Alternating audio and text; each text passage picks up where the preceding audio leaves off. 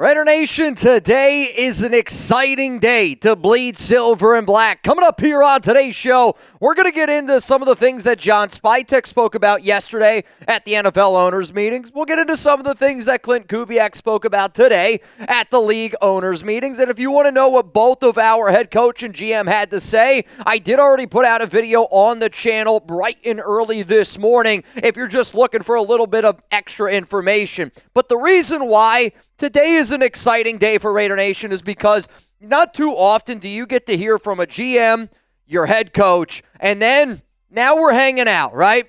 Tomorrow, big day. If you're excited to see Fernando Mendoza's pro day, give me some FMs down below because I can't wait to just watch him do his thing. And we'll talk about some Fernando Mendoza stuff to know today. I'll tell you what John Spytek's looking for from Mendoza. I'm going to tell you what Klint Kubiak's looking for from Mendoza. I'm going to tell you what I'm looking at for Mendoza. And, here's the thing, man. He ain't the only player that won a national championship. There's a lot of really good, talented guys on that roster that I had the opportunity to speak to at the NFL Combine. So I'll kind of tell you, hey, these are some other dudes that I'm going to be looking at. Then we're going to get into some Najee Harris rumors. I'm going to tell you whether I want or do not want the Raiders to sign the free agent running back who will be visiting with the silver and black on Thursday.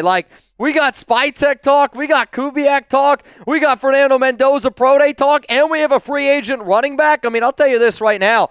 Pinch me. It does not feel like the middle of the offseason. And maybe the biggest reason, I saw some people shouting out Noah Santana. He is racing today, though.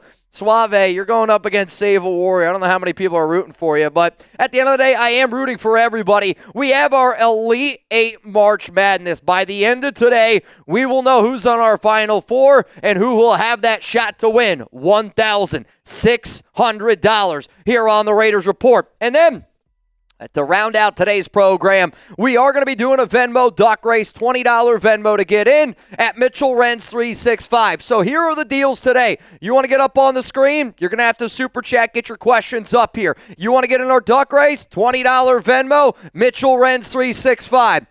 It's the final day of March. If y'all are trying to bang today, let's take this month out with a bang, because I mean this when I say this, man. March was a hell of a month here for us as a company, and I know sometimes maybe you guys don't care about how we do as a company at Chat Sports, but there's a lot of things going on in the sports world, and I'll just say it like this. If you know anybody out there that worked for PFF that recently got laid off, we here at Chat Sports are getting ready to hire. If there's anybody that you respect their work that they do, I mean this when I say this to the 450 people that are watching us live, there's a lot of really talented people that were let go by PFF. And if there's anybody out there like, hey, Mitch, try to get that guy in the Chat Sports team, let me know. But the reason why I'm excited, the reason why I love to bang with people that watch this show, it tells me that you're a real one. It tells me that you appreciate what we do. And you guys are a big reason why we continue to grow as a company, why we continue to grow as a family here, and why I continue to grow as the host of this show. When you guys show up, I show up, and that's just the way that we like to do things here at Chat Sports. Let's go to our very first super chat from diehard Raider fan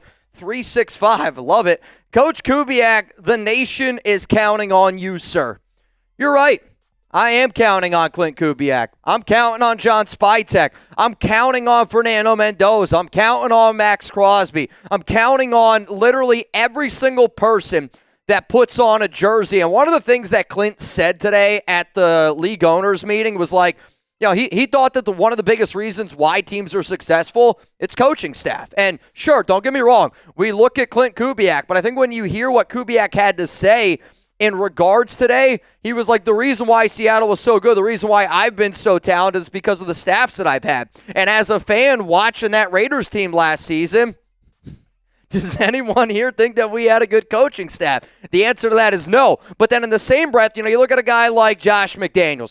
Josh McDaniels was the head coach where it was like my way or the highway. I think what makes Klint so amazing is, yes, he does have some defensive experience, but he's also willing to collaborate. He's willing to listen to other people. I mean, what he said today was like, he looked at Rick Dennison and said, Rick, I ain't taking that head coaching job for the Raiders unless you join me, because he knows the importance of an offensive line. He knows the importance of having somebody that understands the proper blocking schemes to get the Klint Kubiak system working in the right way. So yes, we are counting on Klint Kubiak, but we're also counting on the entire Kubiak staff. We're counting on the entire 2026 Raiders team.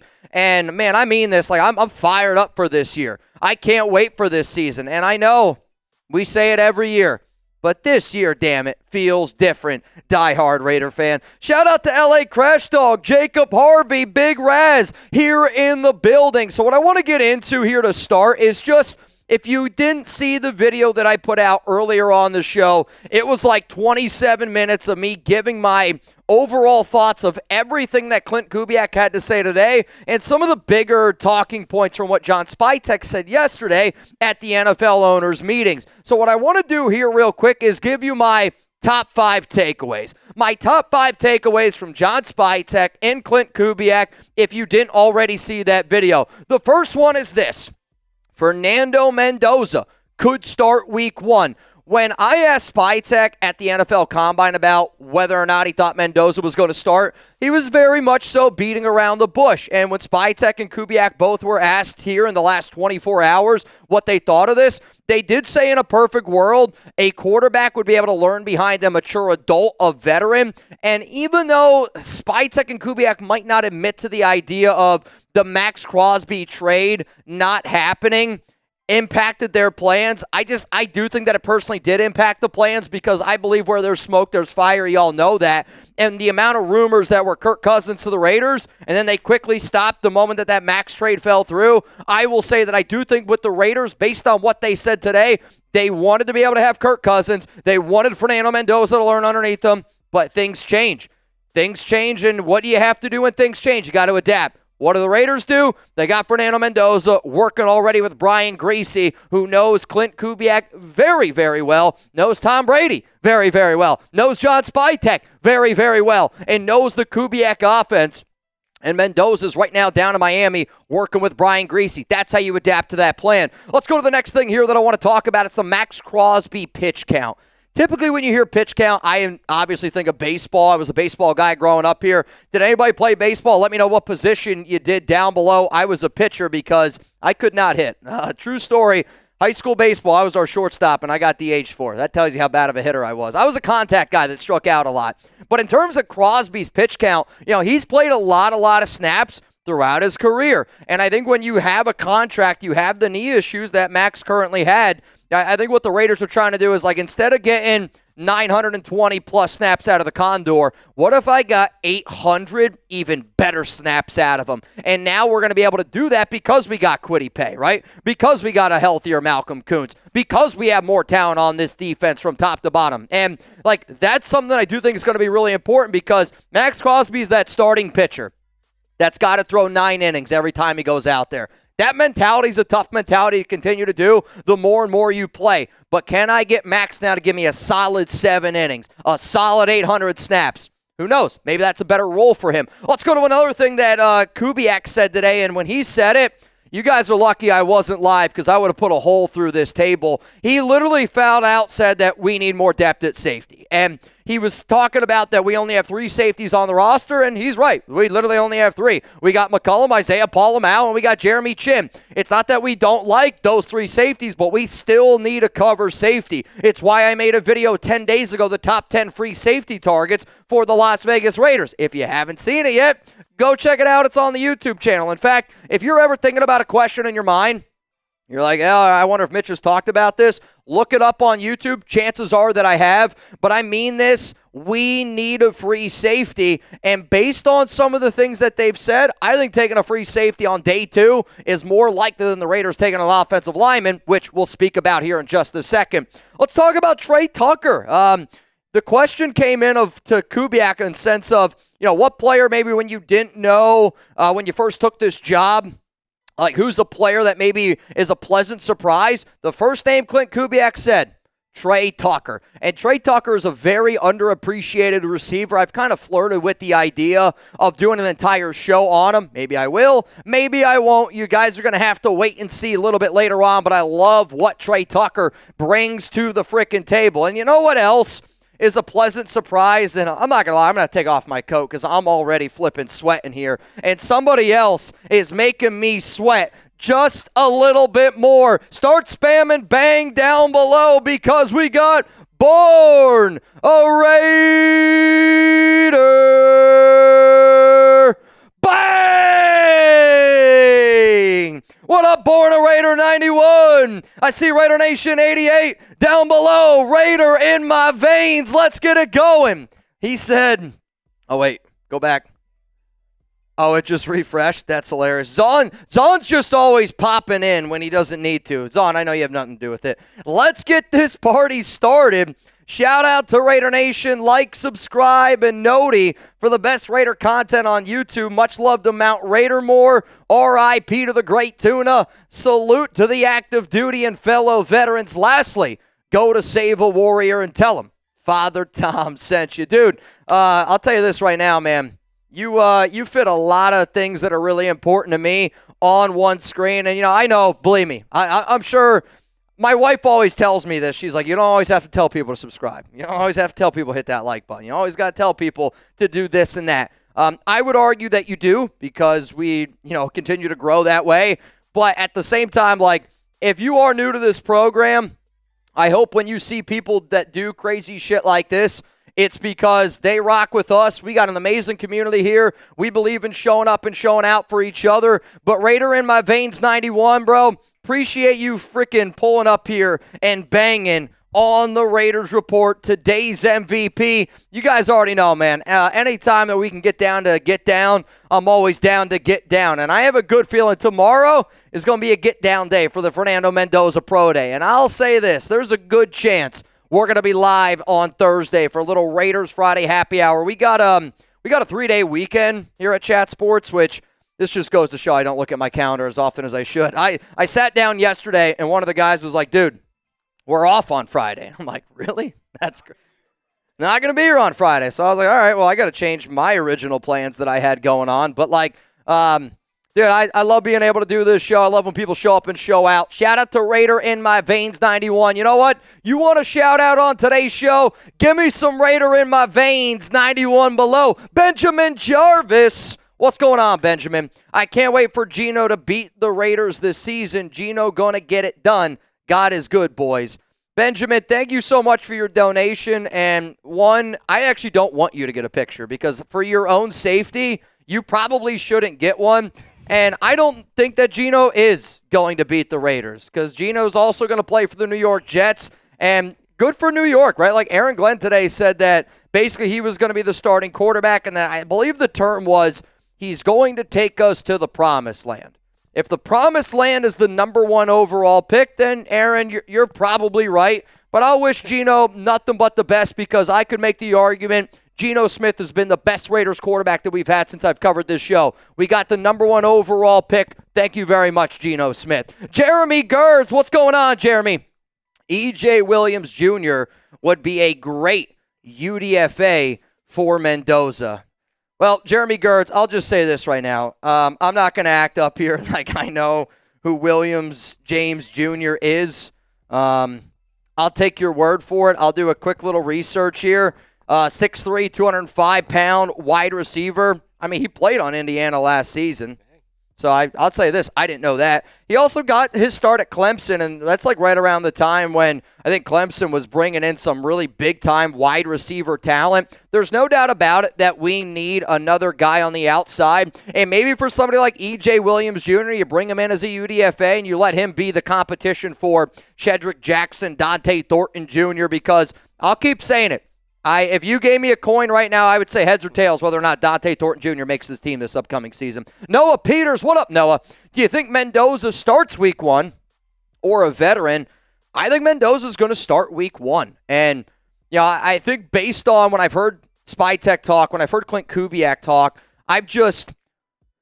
they have kind of beat it around the bush a little bit. And today they made it sound like in a perfect world, we would start a veteran. The only way that I personally would say in a perfect world is if I did want people to know, hey, this was the plan, but sometimes, you got to deviate a little bit from your plan. And when that happens, what do? You got to get them up to speed as quickly as humanly possible. So when you hear the reports out there from Daniel Jeremiah saying that he's already working with Brian Griese, the fact that Mendoza's already working with Brian Griese tells me that the Raiders tried to kickstart this a little bit. They tried to get it going a little bit quicker to get them up to speed for that Week 1 game, because Greasy also has a very smart understanding of the Kyle Shanahan offense when he was the quarterback coach there from 2022 to 2024. And Klint Kubiak said today that one of the years that he looks back on and grew the most from a coach, he said, was 2023, when he was the pass game coordinator for the San Francisco 49ers, when Brian Greasy was the quarterback coach for that team. So do I think it could happen? Yes, I do. And I want it to happen, because I think the more and more and more reps that Fernando Mendoza gets, the better and better that young man's going to be. We do have some more Raiders news and some topics here to get to. And one of the things that, again, Spytek spoke yesterday, Kubiak spoke today, and there were, I'm not kidding you, I probably had like 40 notes written down, and Lopez is over there like, I think you had 48. There was a lot of notes. A lot of notes on that show. But today I was like, well, how can I consolidate it, and how can I give you the top 5 things? The last thing that I want to round out here and discuss is Spytek said it and Kubiak said it, that they're confident in the offensive tackles that they have. Kubiak today was more like, we really like Colt Miller, obviously, and then also spoke very highly of DJ Glaze. Based on what they said today, if I had to guess what the starting roster would be if the Raiders played today, I think it would be Colt Miller at left tackle, DJ Glaze at offensive tackle on the right side. I don't know why I just didn't say right tackle. And then you have Charles Grant as your swing tackle to be your backup left, to be your backup right, which is a very important role overall. Now, I'll just say this. I think that Charles Grant's going to end up winning that job. I believe in Grant. I think he's the better prospect, where I kind of like DJ Glaze more as an offensive guard. But what's interesting about that is, you know, you've seen a lot of people like Matt Miller, for example. Matt Miller, in his latest mock draft, I released that video today. You know, it was like, hey, I think the Raiders are going to draft somebody at 67. In that video that I recorded yesterday, before Spytek spoke, before Kubiak spoke, I said, I don't think that Miller knows this Raiders roster and what the Raiders think of their offensive line, because they are a lot more confident in that offensive tackle group. And I wasn't shocked when I heard them say that. And I know that might worry some people out there, but I'll just say, when you hear the amount of respect that Klint Kubiak has for Rick Dennison, and then you just think about Brennan Carroll, and you really think about Brennan Carroll, think about it a little bit more.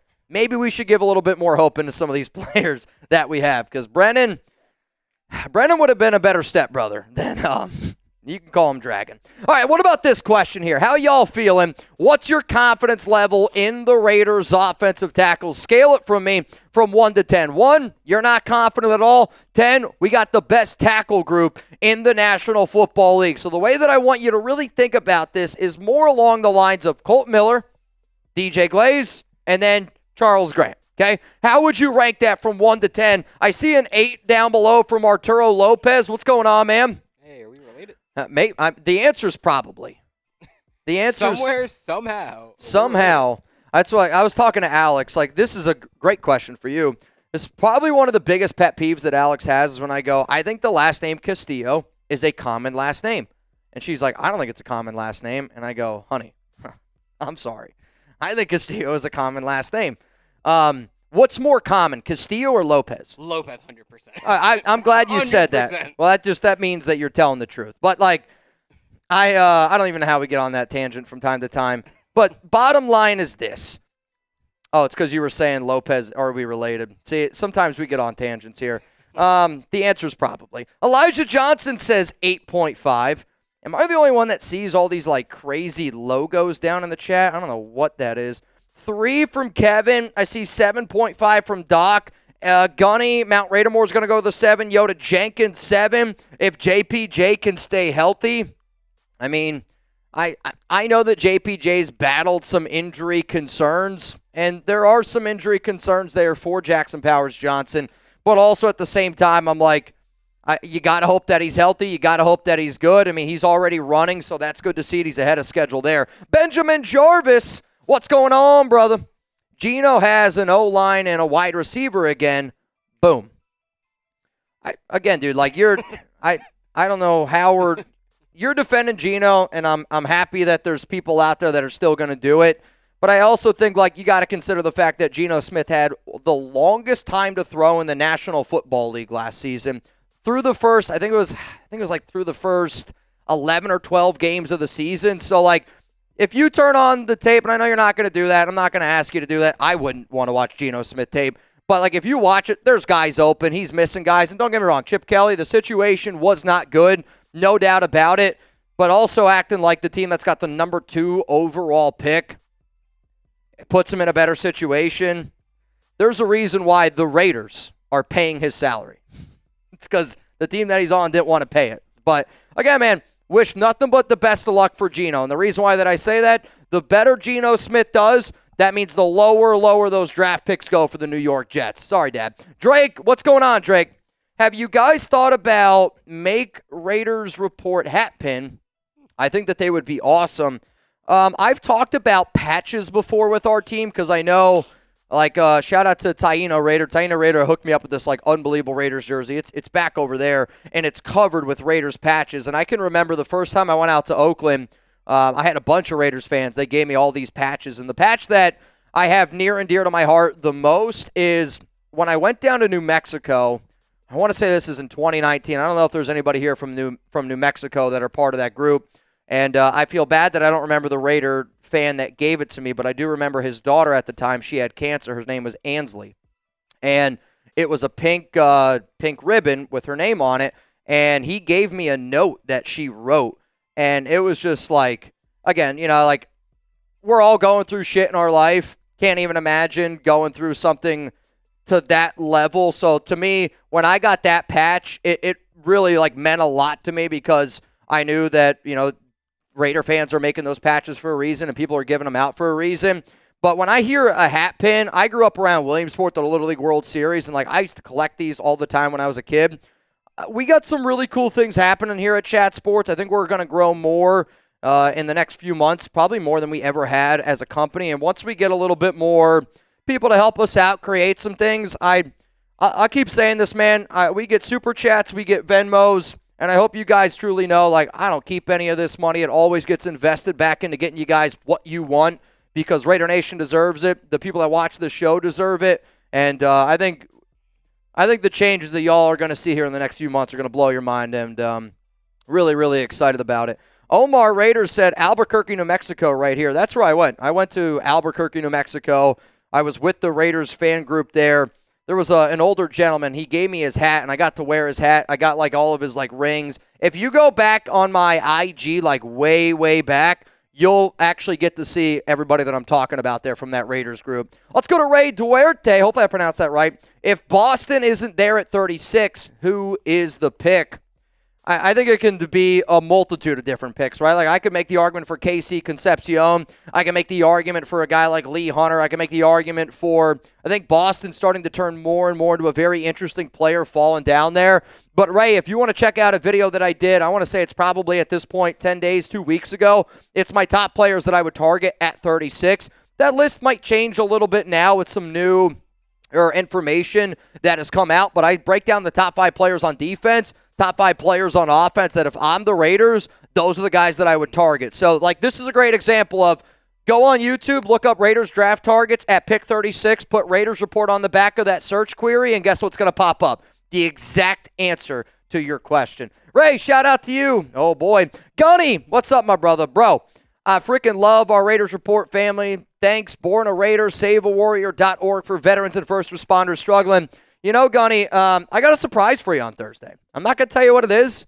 I had some people reach out to me, and we're going to do something for you really fun on Thursday. And I hope everybody that's watching this show right now, you show up and show out for each other. But I hope that you guys show up and show out on Thursday because we got something special planned for Gunny.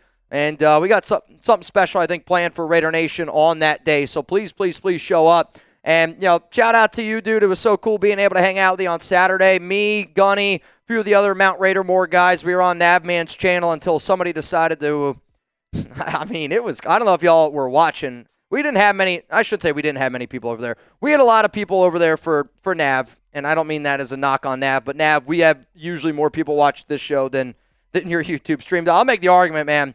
It was must watch. Freaking Nav, though. You want to hear a funny story, y'all? Nav, he invited people to join the live show. So he put the link down in the chat, and Gunny will know what I'm talking about here. And somebody joined the show.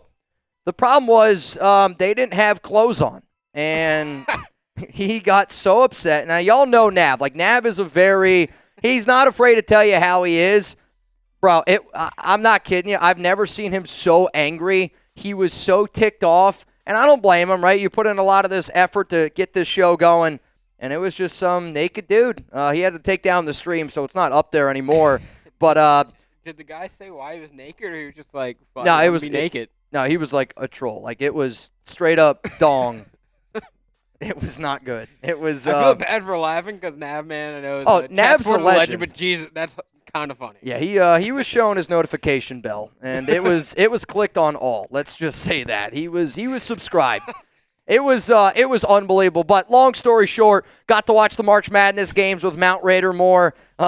Super cool being able to hang out with all y'all, and again, like I think it's cool that you guys want to hang out with me when I'm just chilling at home with Chuck. And I love being able to do that type of stuff. I mean, Alex, she was at a wedding, so I was literally just like looking for things to do. Speaking of Raider Nation and having each other's back, I don't know if y'all know this. I recently got a Raiders tattoo on the back of my leg. I'll see if I can try to. You guys see that bad boy? You can't really see what it is. Sorry, I'm not that tall, and I'm kind of looks like a dong, right? No, but. It's a Lombardi trophy. It's also the Los Angeles Raiders Super Bowl ring. So when I first started thinking of this idea of a Raiders leg sleeve, I got Oakland on the front. I got a little bit of Las Vegas. I got a little bit of Los Angeles. I'm still working on it. But the guy who did my tattoo, here's his Instagram, Dream Tats. He goes by Dream. And can you put his link down in the comments for me? His link's going to be down in the comments and down in the description of today's show, but he's a diehard Raider fan. So when he found out that I was going out to Indianapolis for the NFL Combine, he was like, hey, man, I'd love to be able to give you a Raiders tattoo. And I said, cool, let's do the Raiders tattoo. And the transaction that we made was he was just like, I want to get a shout-out on the Raiders Report, and that if you're a Raiders fan out there, and believe me, I get not everybody's a tattoo guy, okay? But I do know when you get a tattoo, there's always like that thing in the back of your mind. You're going to be worried. You want to make sure that it's safe. You want to make sure that it's good. He's tattooed Indiana Pacers players. He's tattooed multiple professional athletes.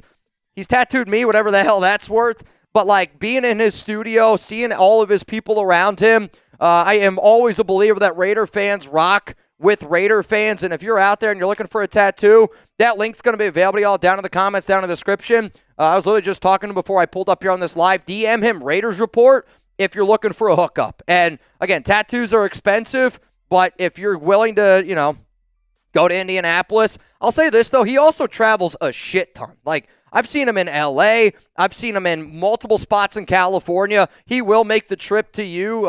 He takes his team literally everywhere. Like, they were in Mexico. I forget. I think they were just in New York. But if you need a Raiders tattoo, hit him up. I trusted him. He did amazing work. It healed really quickly. I will say this, though. I think the reason why it healed really quickly, he gave me his products, and I hope I pronounce it right, Arte. Obviously, I don't speak Spanish. I know Baxter. But if you guys are trying to get some good tattoo products, again, I get not everybody has one.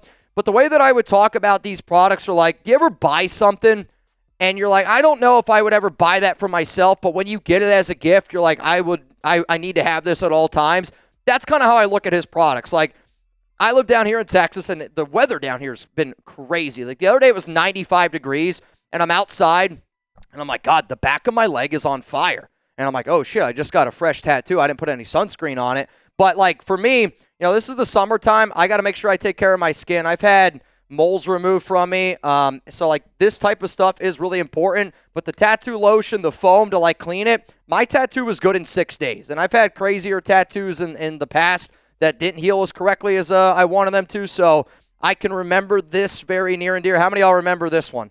Because my hand swelled up really bad because I didn't take care of it the proper way. So, like, now I'm very, very serious about how I clean up my tattoos. The last thing that I'll talk about here, the product that he uses is, I've never used numbing cream before, but I have heard that other people, want to use it. They're afraid about what the tattoo feels like. I'll say I don't personally think tattoos hurt as bad as what you think they're going to hurt. Now, the 4, 5, 6 hours in, yeah, it's going to hurt like a bitch. I'm not going to lie to you. But, like, if you need some tattoo numbing cream, this stuff was unbelievable. Again, I did not use it, but the guy who I was sitting next to, he used it, and My biggest fear when I see numbing tattoo cream is like it's going to ruin the tattoo or like, it doesn't absorb into your skin. I saw the work that this guy used, shout out to Dream, and he used this numbing cream on multiple people, and he showed me how it turned out.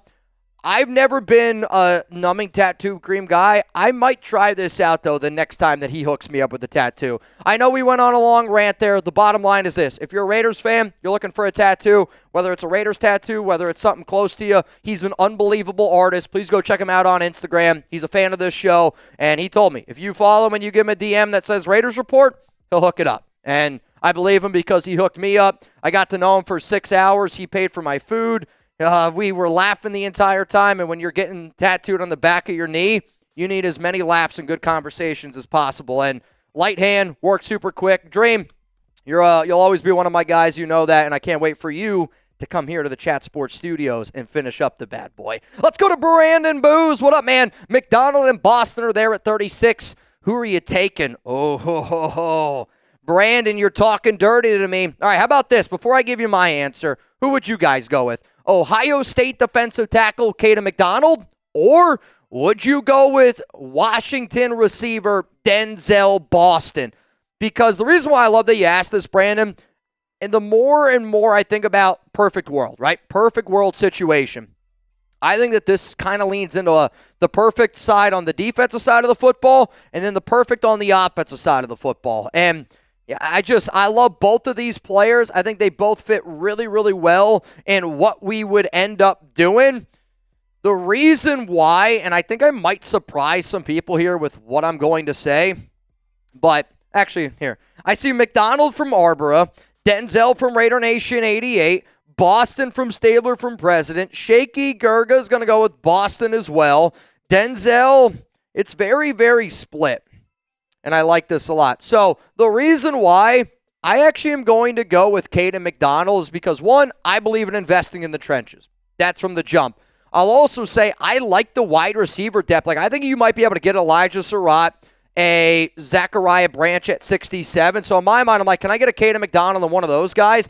I could get a Jacoby Lane probably at 102. Like, that's really good value to me. Chris Brazzell could be somebody that falls down the draft board a little bit. Where the defensive tackles after Caden McDonald, with the Caleb Banks injury, I don't know how far he's going to fall, but I don't really necessarily look at it so much as Boston and McDonald. I look at it as what other positions are a little bit deeper in this year's class, and I do think the wide receivers there in that third round are just the way that I would lean. But I want to be clear here, if McDonald or Boston are the pick at 36, I hope y'all are ready to party on this freaking show because we'll be live. Lewis, what's going on, man?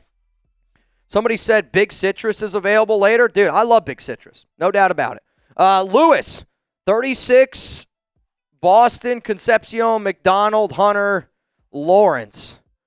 Is that what you're saying, who you would pick at pick 36? So number one would be Denzel Boston, Casey Concepcion, Caden McDonald, Lee Hunter from Texas Tech, and then I'm guessing Malachi Lawrence, edge rusher from UCF. I think all five of those players would be outstanding picks. Like, I could make an argument why every single one of those players would be a great pick. Though if there's one guy that's been getting a lot of buzz in the last week or so, Malachi Lawrence from UCF. We had somebody reach out to us at Chat Sports, and again, we reach out to a lot of people too, but we got back to them, and they told us one surprise player that they thought could go in round one, Malachi Lawrence, edge rusher from UCF. So just something to keep a little bit of an eye out for. So we got 700 people here in the building. As it stands right now, I do want to get into our very first segment on today's show, but I do see some people asking about the duck race. $20 Venmo, Mitchell Renz 365. Let me see if anybody is in, and hopefully we get at least a few people that decide to get it in. If you're like, Mitch, what's a duck race? Think of it as a 50-50 raffle. Excuse me, you can scan that QR code, and we'll get you in. So far, the only name that I have in here is Jeremy Valve. The more people that get in, the more money we can give away. Add me as a friend on Venmo. Scan that QR code. If you don't know how to scan it, act like you're taking a picture, right? So if this is how I explain it to my dad. Get out your phone, the thing that you call people with.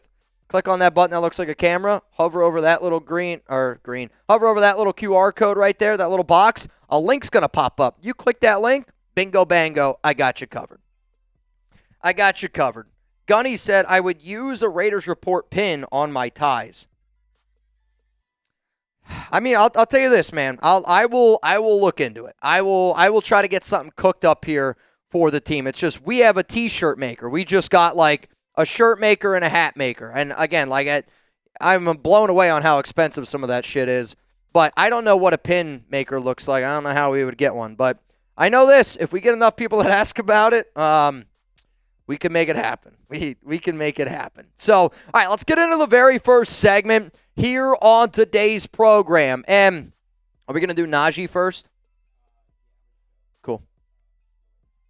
Sounds good. All right, so here's how we're going to do it. We're going to go Najee Harris first, and then we're going to do one on Fernando Mendoza. And then after that, we will be getting into the Las Vegas and Los Angeles bracket. Well, yeah, I'm saying in between. So we'll talk about Najee here, and then we'll do Las Vegas, Los Angeles round, another video, and then we'll do the Oakland and Brockton region. Sound good? Mm-hmm.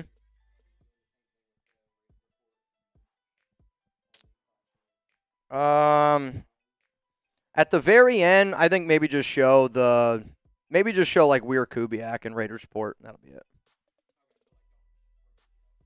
Yeah, don't. Yeah, I think that'll be good. All right, y'all. Appreciate each and every one of y'all always tuning in. Today was a little bit of a crazy day on the back end for Chat Sports, and I hope that there's one day, like, in a perfect world, dude, if we could almost have like a show like The Office, so that way you guys could see all the shenanigans that went on today. Good shenanigans, exciting things that are happening here at our company, but today was a little bit of a crazy day behind the scenes. So if y'all could, get some Lopez's down below, and I only say that because he was I was putting him through the ringer today a little bit. We had a lot of stuff going on, a lot of moving parts. Tuesday's typically the day where I'm like, this is what we're doing, and here we go. Today it was just an insane day, and I'm not saying like I want your sympathy, not at all. It's more just like I want y'all to know I got crazy work days just like all y'all. Yes, I get to run a YouTube show. Yes, we get to do it, but at the same time, like I think the better you get to know me, the better I'm going to get to know you, the better we continue to grow this awesome show, awesome community, and I don't know. I'm an open book, and I think that you guys know this. Rebel, tonight the Knicks play the Rockets. And Chugs is actually going to be going live on his Texans show because he's getting ready to launch a Rocket show. The show's already, I was going to say, the show I think was just launched. Give me a second. I can put the link in Twitter. So Chugs is actually going to be live today battling Marshall. Like, I'm telling you this right now. I can't even watch NBA games, and I feel bad, honestly, for saying that. Like, the NBA is such a bad product, and when you compare it to March Madness to NBA, it's like, it's not even close to me, and it's the truth. Don't get me wrong. NBA playoff basketball, in. I'm freaking locked in. I love watching it, but the regular season games can be difficult. Now, from what I understand, this game's important for Houston, and it's important for the Knicks. That's my guess. Yes, but the number one reason why I would watch tonight, you're going to have Marshall up against Chugs, and that's must-watch television. I am putting that link right now if you want to go and subscribe to Chugs' Rockets channel. It is in the comments right now. So down there in the comments, if we have any Rockets fans here or just Chugs fans, that link is down in the comments. And again, if you want to hang out with Jeremy tonight, watch a NBA game, I think like that's what Chat Sports is all about. It's about, I'll at the end of the day, like, do I really care about Knicks Rockets? No. Do I care about hanging out with my buddies watching a game? Yeah. And that's just kind of how it is. So appreciate the 710 people here in the building. Freddie Sanchez says, let's go Rockets. Do we actually have any Rockets fans here? That'd be pretty sick. Maybe because I'm old, Darren. I mean, maybe. Yeah, I wasn't going to finish that.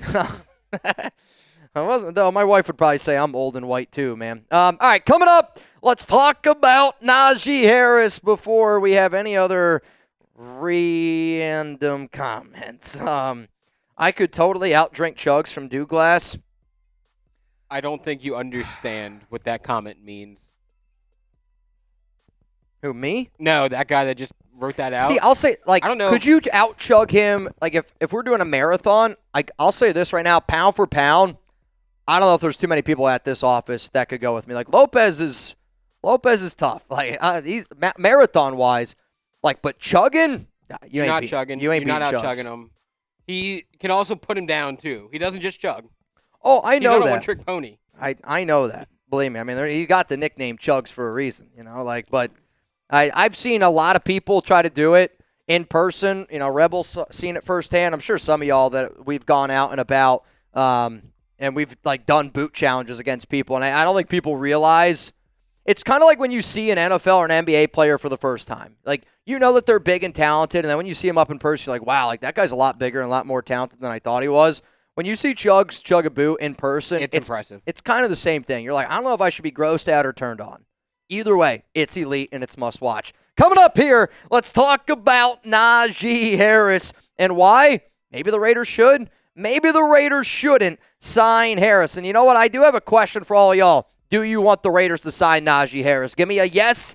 Give me a no. That's what we're going to be talking about here on the show. I don't know if I mentioned it. David Vergara, I got your Venmo. You, sir, are in the duck race. 20 to win.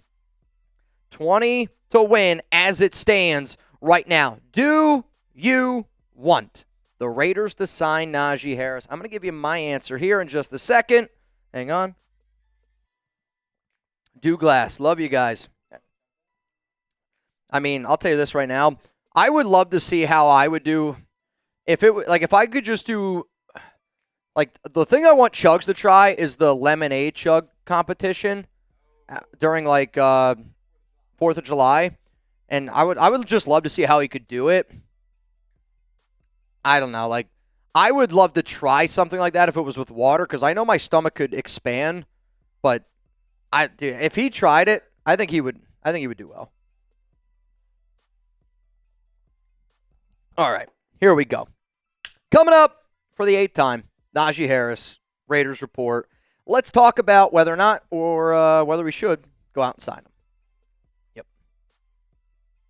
Coming up today here on the Raiders Report, I'm going to tell you why the Las Vegas Raiders should sign free agent running back Najee Harris. If you don't already know, my name is Mitchell Renz. You're watching the Raiders Report, and the Las Vegas Raiders have a meeting with Harris this Thursday on April 2nd. I did report last week that the Raiders were going to have a meeting with Najee on Thursday. That's only because the text message I received was Najee's going to be meeting with the Raiders on Thursday. I assumed that it was Thursday, but it was technically the following Thursday after that. He did meet with the Seattle Seahawks on March 25th. That was a Wednesday. And according to reports, he wants to play on the West Coast. So maybe that's the reason why he's out there meeting in Seattle. Maybe it's the reason why he played on the Chargers last season and why he's looking to play for the Raiders right now. If you do not know, he is coming off a torn Achilles, but he is already running after just 6 months having that surgery, which is extremely important. The reason why I want you all to hit that subscribe button is because when breaking news happens,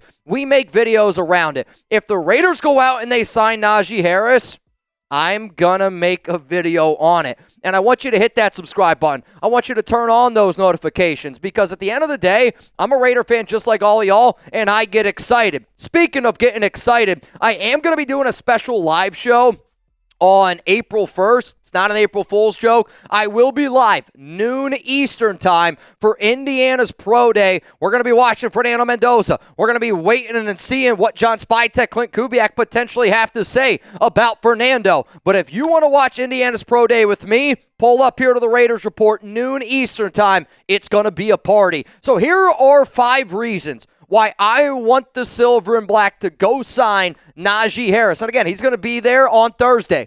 If it was up to me, I wouldn't let him leave Thursday. Am I saying I'm going to pay him a lot of money? No, not at all. And quite frankly, I'm not going to pay him a lot of money at all. But do I think that the Raiders should get him? Yes. First reason, Kubiak wants an RB2.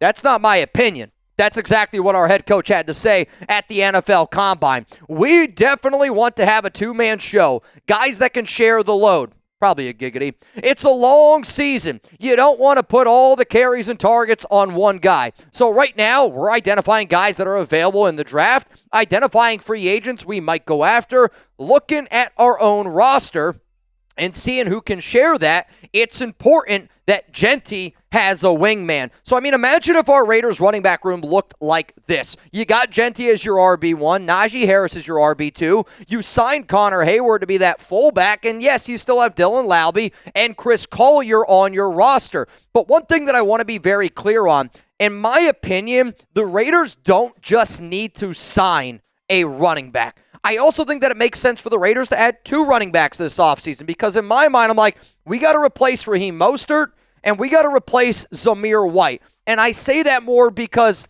I just don't want to see Dylan Laube and Chris Collier on the field, right? Like, and it's nothing against those guys, but in my mind, if you're taking Ashton Genty off the field, it better be for a freaking reliable running back. So when you go out and you sign Najee Harris, it gives us better draft flexibility. What exactly do I mean by draft flexibility? Let's say you don't sign Najee Harris. You go into the 2026 NFL draft, and you got Ashton Genty, and you're still looking for that other guy. By the Raiders going out and signing Najee, I think now that they have that flexibility in the draft a little bit more, because this, to me, now allows you to draft a running back on day 3. Not that I don't like some of the other backs. They're like Emmett Johnson is a guy that I'll continuously talk about from Nebraska. He is one of my favorite running back prospects. Probably got to get him on day 3, but in round 4. We have picks 102, 117, 134. It's not that I don't like a guy like Emmett Johnson, but in my mind, and type me down below if you feel the exact same way, it's like, do I want to take Emmett Johnson in round 4? Or can I get a Roman Hemi, a Kalen Black in round 6 and round 7? I kind of lean more that route of Roman Hemby, Kalen Black, reliable guys on day 3, and I like a lot of the depth for some of those running backs on day 3. So by going out signing Najee, I think then you can go, cool, we can now get a late day 3 running back, and that replaces Raheem Mostert, it replaces Zamir White, because the other part of the equation is Najee Harris isn't going to play on kickoff return. Tell you that right now, he's not going to do it. The way that the Raiders used Mostert and Zamir last season, more and more NFL teams are using their backup running backs to be that guy that they can use in terms of special teams, in terms of kickoffs, right?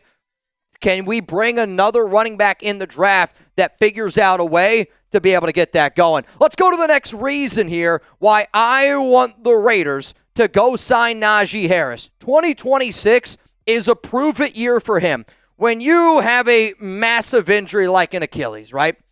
Not a lot of teams are going to be showing you a lot of interest. And I think what this allows Najee to do is, one, it allows him to be able to prove to everybody on planet Earth that, hey, I can still play, hit that open market in 2027, get a bigger time contract. What that also does from a Raider standpoint is I get a guy that's going to be on a prove-it year. That tells me I'm going to get a highly motivated guy that's going to be in good shape. And maybe the biggest reason, somebody that wants to prove doubters wrong to get that big-time payday in 2027. And when you look at the last 4 years here for Najee, the Achilles injury really zapped him, but you also have to remember the Chargers, they drafted him.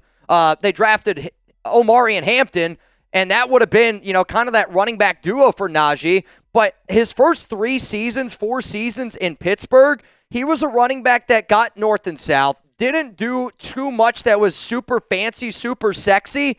But, that's the thing. I don't need super sexy. I don't need super fancy. I need a reliable RB2 if I'm going to put somebody like that with Ashton Genty. That's what I'm looking for in an RB2.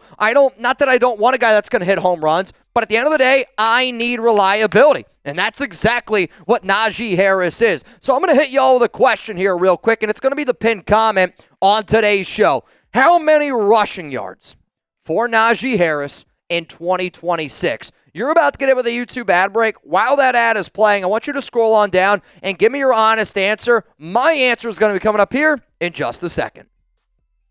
My projection for Najee this upcoming season, if he were to be a Raider, I'm going to go 102 carries, 408 yards, 4.0 yards per carry, and 4 touchdowns. Now, some of those stats you might go, that's not really all that impressive. The way that I look at this is 6 carries a game for 4 yards. And in the grand scheme of things, let's say our running backs get 30 touches, right? 30 touches. Let's then say 6 go to Najee, and then there's probably another back in there, too, that gets a catch. That tells me then the other 20-so touches go to Ashton Genty. That's the way that it should be. That's a proper backfield breakdown. Go back and you look at some of these work cow running backs. You're getting 65% of the touches. That's the type of work that I want Ashton Jeanty to get, and you really lean on Najee Harris early in the season. And I know he's coming off that Achilles, but in my mind, I'm like, you got to be ready to rock and roll early in the season, and then we'll get you up to speed. But the Najee Harris signing tells me that we're going to have a healthy Ashton Jeanty and a fresh Jeanty in December, January. Fingers crossed for February. Now, before I get in and before I tell all of y'all the next reason why I want the Raiders to go out and sign Najee Harris, I want all y'all to go follow my guy Dream on Instagram at DreamTats, and make sure you hit him up on IG with the DM that says Raiders Report if you're looking for the hookup. I know that not everybody's a tattoo guy, but I will say this, even if you're not a tattoo guy, if you believe that, hey, he's a Raider, I'll go support him, go give him a follow on Instagram. If you do want the person that just gave me my latest Raiders tattoo, somebody that's tattooed NBA players, other professional athletes out there, give him a follow on Instagram at DreamTats. And if you do have tattoos and you're looking to take care of them to the best of the ability, he owns a product that's called Art Tattoo Goods. And their Instagram is also going to be down in the comments of this show. If you're looking for some sunscreen for your tattoos, to properly wash your tattoos, like, to me, it was something that I never thought about buying, and now that I have it, I'm literally going to buy it all the time. I've had moles removed. I probably don't take the best care of my skin like I should, selfishly. Like, it's just the God-honest truth, because, I don't know, I'm not going to speak for other guys out there, but I'm like, it's not that it's not going to happen to me, but I'm like, I tan. Like, I'll be perfectly fine. What is sunscreen, right?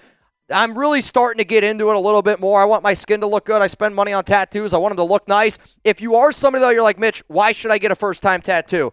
What if I could give you something that you wouldn't feel any of the pain of a tattoo? I would recommend checking out his numbing cream. Some people are going to tell you that you don't want to use numbing cream for tats. I'll say this. I've seen the tattoos. I've seen him use it, and it looks unbelievable, so much so that I've thought about using it the next time I go in for a tattoo. So if you're a Raiders fan and you're thinking about it, hit him up on Instagram at DreamTats. All those links are going to be down in the comments, down in the description of today's show. And to Dream, thank you so much, man, for hooking up me and hooking up for the entire nation out there. Let's go to the next reason why I want the Raiders to sign Najee Harris. Just like my guy Dream is reliable, Najee Harris is a reliable RB2. And when I tell you the things that he's good at, you're going to go, yep, yeah, okay, I like that.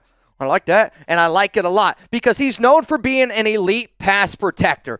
If you're going to take Ashton Jeanty off the field, right, first, second down, I know a lot of the people will say he can't catch the football, and Jeanty needs to get better at catching the football. He needs to get better at pass protection. But because Najee is just such a big running back, he's just a lot better at pass protection, but he also learned it at Nick Saban in Alabama, learned it with Pittsburgh to be able to pass protect those guys. Because when he first came in the league, it's Ben Roethlisberger, right? It's an older veteran type of quarterback. Then he's got ball security. 1,295 touches, 5 fumbles. That 5 fumbles might scare some people, but that's basically a fumble every 250 carries. Go look at what Zamir White did. Go look at what Dylan Laube did. I need to know if I take Jeanty off the field, the guy that I'm going to put on there is going to protect my quarterback, Fernando Mendoza, and he's also not going to put the ball on the ground. On top of that, he can catch the football. 63 first downs in his career catching the ball. It adds another element to this offense overall. And the final reason why I think that Najee would be a really good signing by the Raiders,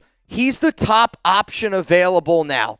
And I did a video back on, I think it was March 6th, I think it was the date, and I talked about my top 10 free agent running backs that I wanted the Raiders to target. In fact, here's that list right now. If you see an NFL logo, that means that they're still a free agent. If you see a team logo, it means that they signed with that team. I love Tyler Algier, Rashad White, Kenneth Gainwell. Those are my top dudes.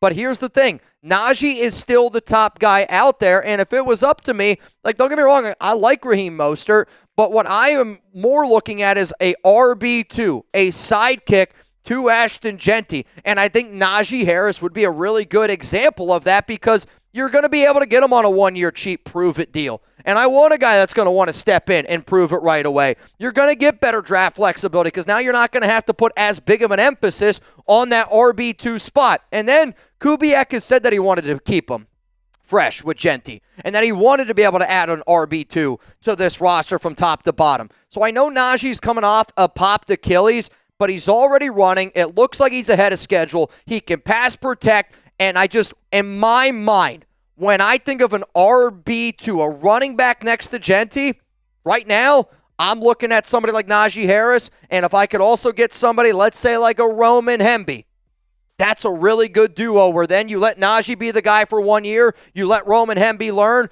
Najee Harris hits the open market next season. Hasta la vista, baby. Roman becomes your number 2. And then you got to look at finding another running back, whether that be free agency or the draft the following season. I just think like that's what smart football teams end up doing from top to bottom. Those are the reasons why I want the Raiders to sign Najee Harris. And before I get out of here, I love listening to the Klint Kubiak at the NFL owners meetings. I love what he's bringing to the table, and it might not be a popular opinion amongst fantasy football guys, but I do think it's important to have that RB2 to be able to keep Ashton Genty healthy because it is a long season and because I do want to play FU football. And when you go out and you sign a guy like Tyler Linderbaum, yeah, you better want to run the football too. So Kubiak is bringing it, and I do feel like as a Raider fan, man, we're freaking Kubiak. And if you want to get your hands on this shirt over here, or if you want to get your hands on some of our Raiders Report gear, go to chatsports.com/RR shop. I'm hitting y'all with this last because I know people that buy our stuff are real ones. And anybody that I see rocking a Raiders Report shirt is the definition of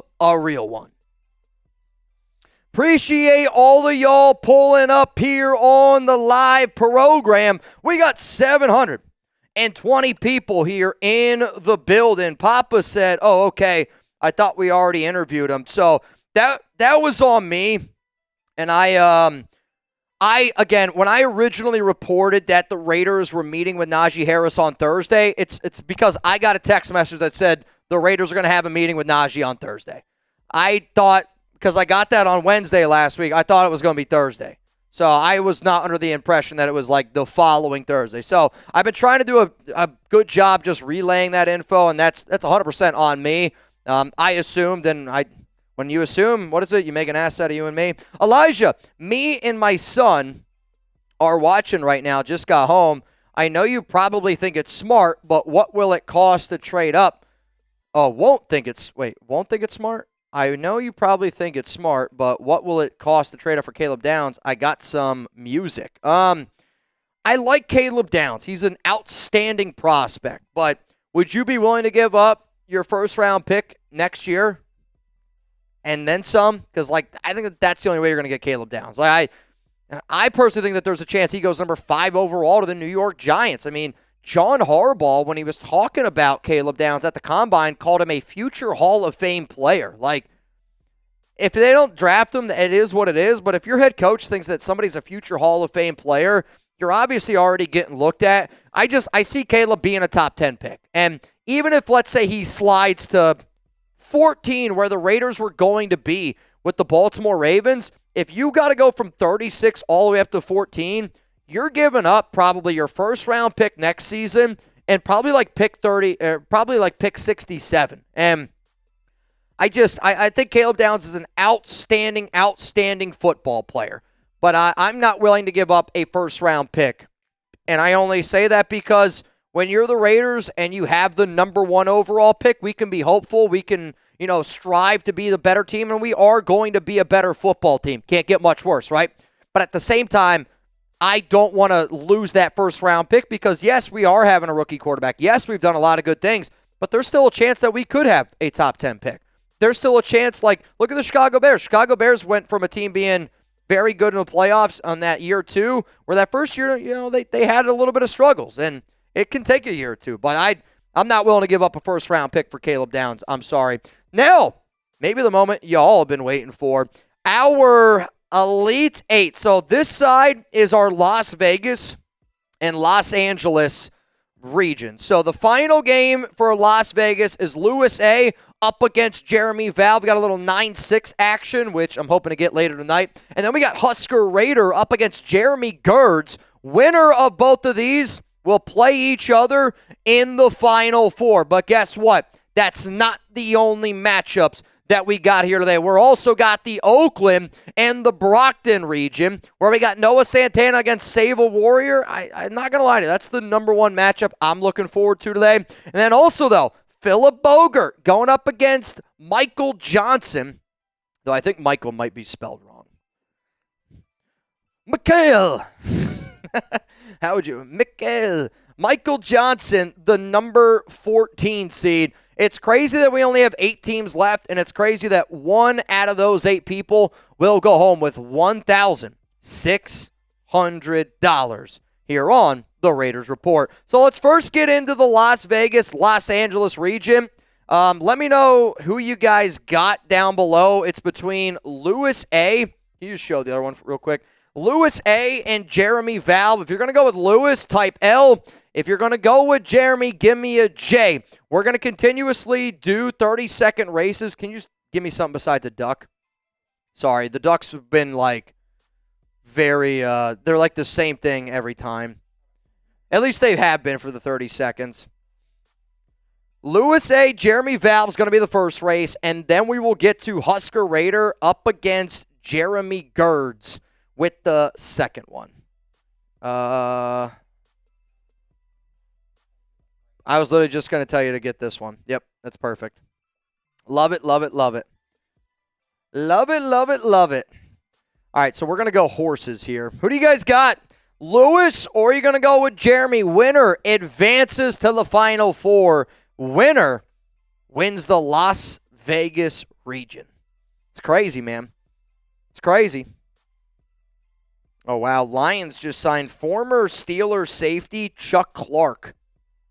And the Commanders just signed former Giants defensive tackle DJ Davidson. Very interesting. 2 random moves. 3, 2, 1. Here we go. And they're off. Jeremy Valve up against Louis A. Winner goes to the Final Four. It's neck and neck as it stands right now. That's a good one so far. Marco says, love each and every one of y'all in here, Nation. Marco, shout out to you, man. Jeremy Valve's got a slight lead right now. We're getting ready to go into the fourth quarter. Valve up 2. The Louis A. is hanging around. It's going to come down to the wire. Oh, it's going to be Louis A. Louis A. You're going to the Final Four. Oh, Louis, that's just gross, man. That poor horse. What are you doing? Congrats to Louis for getting the dub. For getting the dub. He's the number 1. And now Louis A. from the LV region is in the Final Four. Let's go, man. Let's freaking go, man. Also, Mike J. Rader said it's all good that my name is spelled wrong for March Madness. Michael Johnson. I did spell it right now. It's back. We got it right now, Fixed. Mike. We got it right now. Don't worry. We got it. Shout out to you for being patient with us. I always say, sometimes on this show, we get into some crazy, crazy shenanigans. We're doing our best. But be patient, hang out with us, have a good time. And I think if you do that, it's going to be a lot of fun. All right, we got Husker Raider, currently, I believe, one of the highest seeds. Technically, Save a Warrior actually thinks the highest seed. Husker Raider up against Jeremy Gerds. Let me know who you got. No, Husker Raiders in the chat. Oh, shit. Oh, crap. Type H for Husker. Type J for Jeremy Gerds. The 4 seed up against the 14 seed. Here we go. Ready? I'm ready to rock. 3, 2. Here, we're not on screen yet, though. Nope. You're okay. That would do it. And we're ready when you're ready. 3, 2. They're off. Here we go. Jeremy Valve said, congrats to Louis A. Now go win it all. Jeremy, thanks for being a good sport, dude. Husker Raider up against Gerds. Very, very, very close.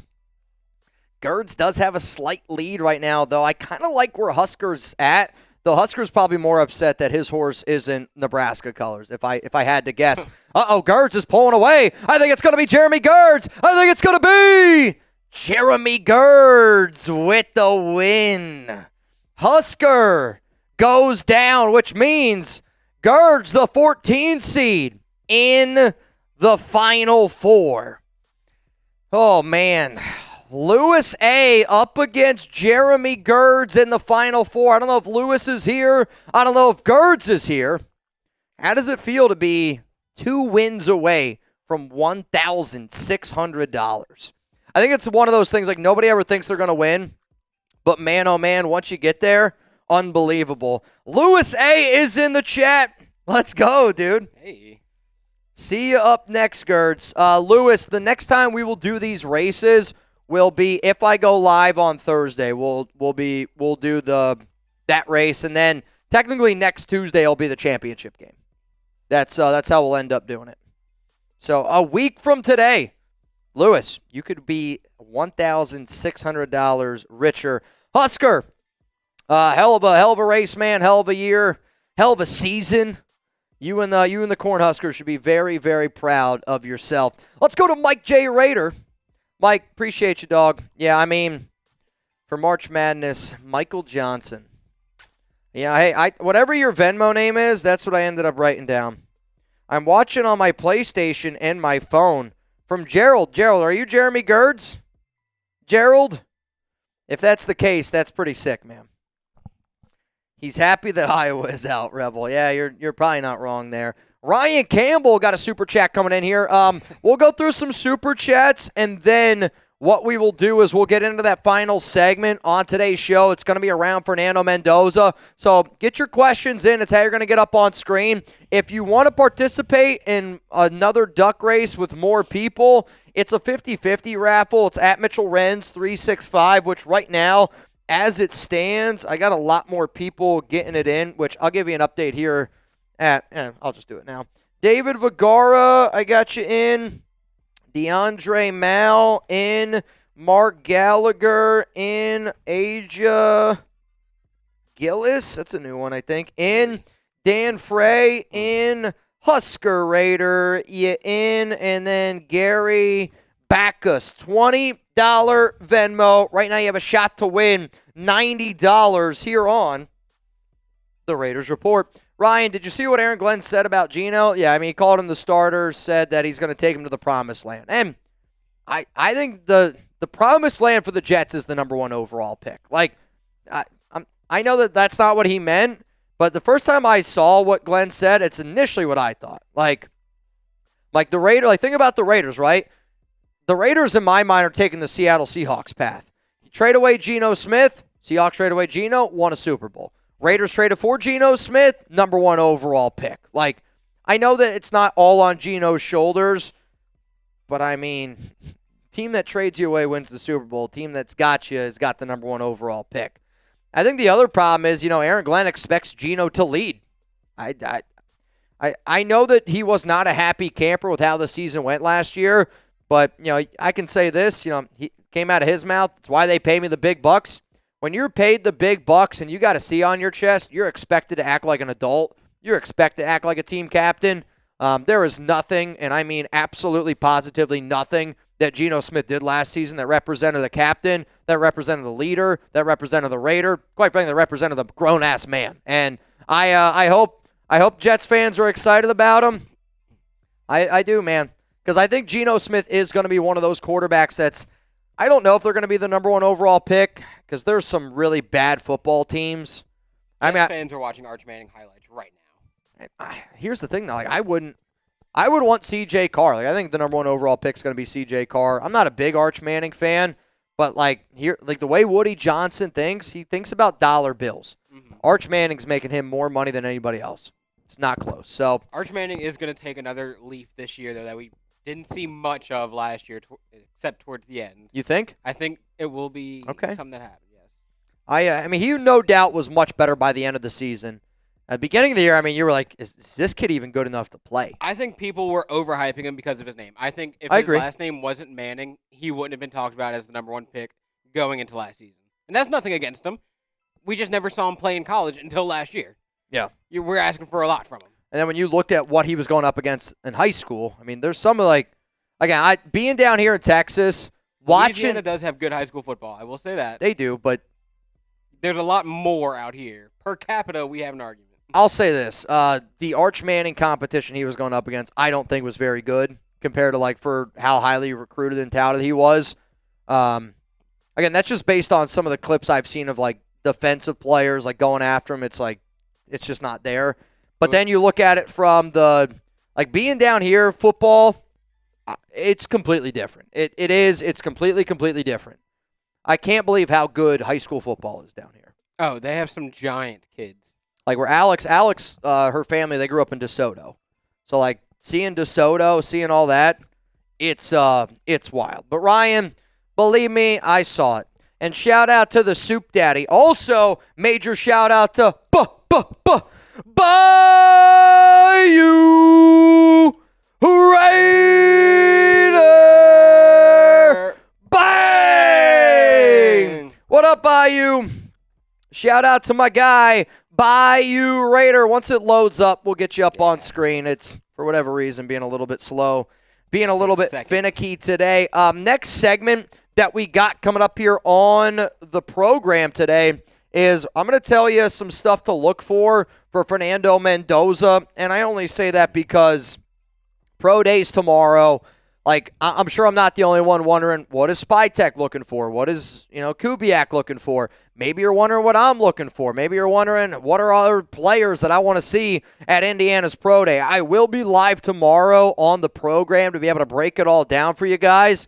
But I'm excited for it tomorrow. Like, I really am. Like, it's not quite the same as, like, the national championship game. But, damn it, man, it's close. Like, when I went to Indianapolis for the Combine, being in Indy just felt different because obviously I knew that we were going to get Fernando. Watching the national championship game and rooting for Fernando felt different. Even watching the Super Bowl with Klint Kubiak and the OC, like, even though, yes, Mendoza isn't on the team yet, you're still watching him, and that's going to be our quarterback. That's going to be our franchise guy. That's going to be the person that hopefully gets us over this hump that we've been in for a very, very long time. What up, nation? Love y'all. Sable Warrior. Excuse me. Shout out to Mitch for the grind. Appreciate you, my brother Lopez. I'll say you guys are same exact area. If you heard his accent, you'd be like, it's kind of hot. It's a definitely. Bring me back. Bro, I'm telling you right now, you can smell the Cajun on his breath as soon as he talks. Smell the Tonys on him. Oh, dude, Tony Satch. It's funny. The first time I ever met Trace used to bring Tony Satch here. He, brought it to work, and we ran through it so quickly. That's probably a few years ago. But, Mitch, 3-4 defense, A.J. Halsey in the third. Thoughts?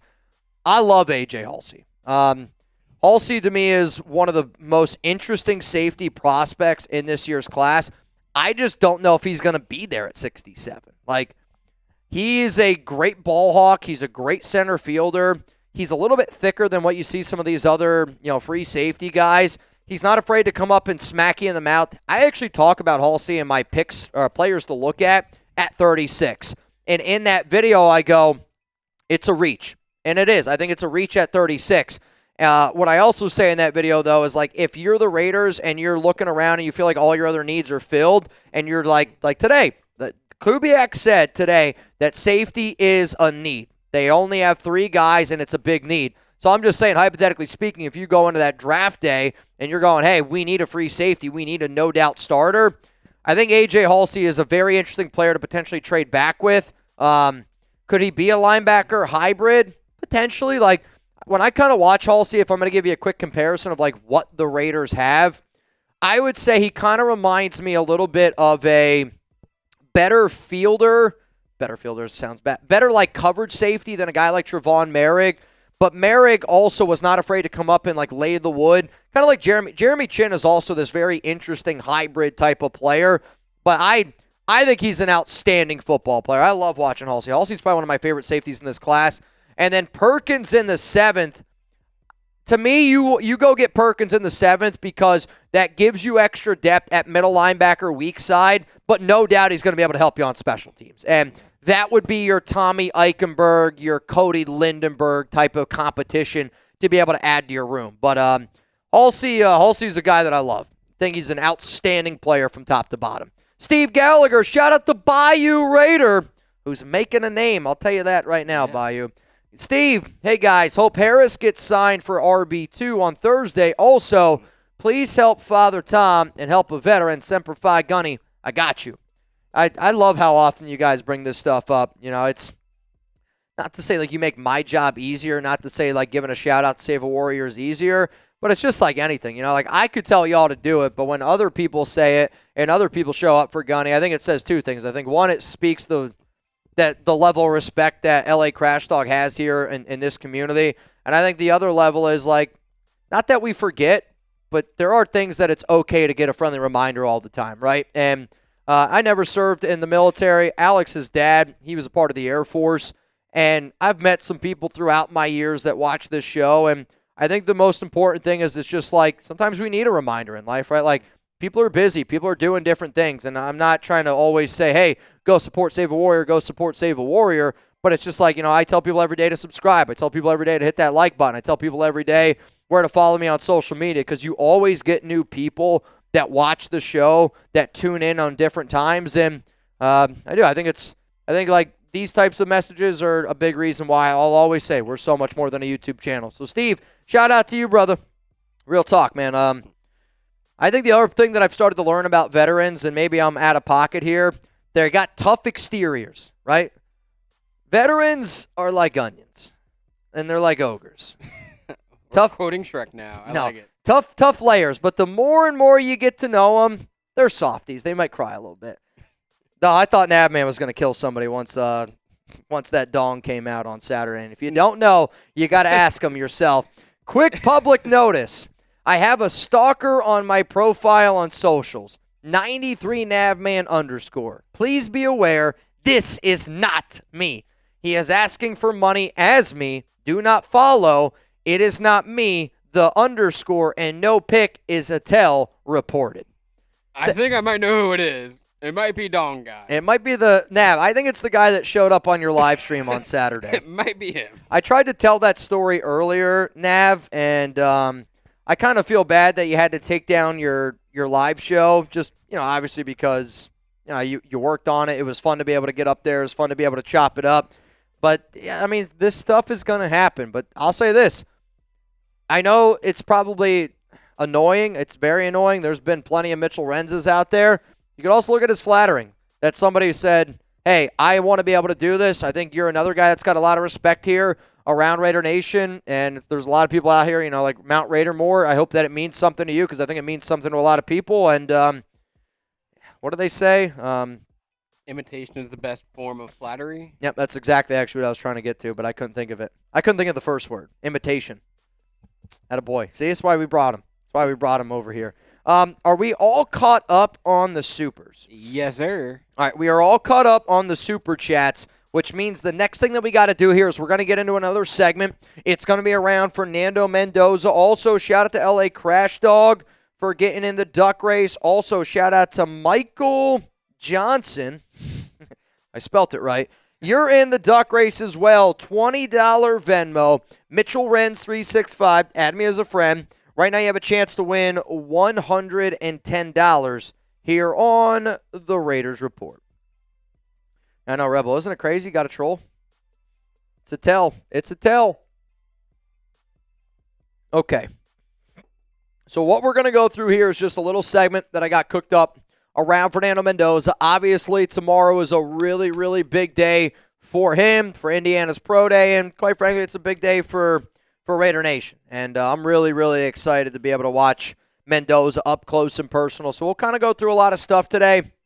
And then after that, we got 2 more March Madness races to finish out our Final Four.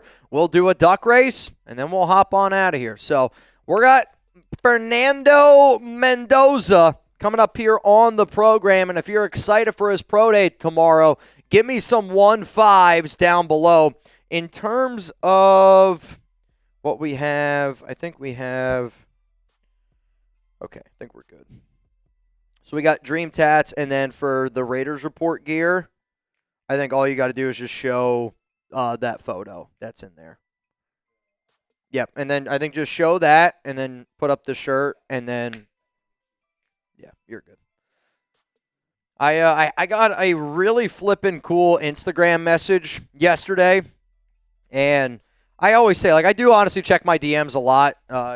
This is going to sound annoying, but, the more popular we get, the more difficult it is for me to check my DMs all the time. I do want to try to get back to y'all as often as I can. Shout out to Seth. Shout out to Raider Runner, Raider Tone, Jose Hernandez for being here in the building.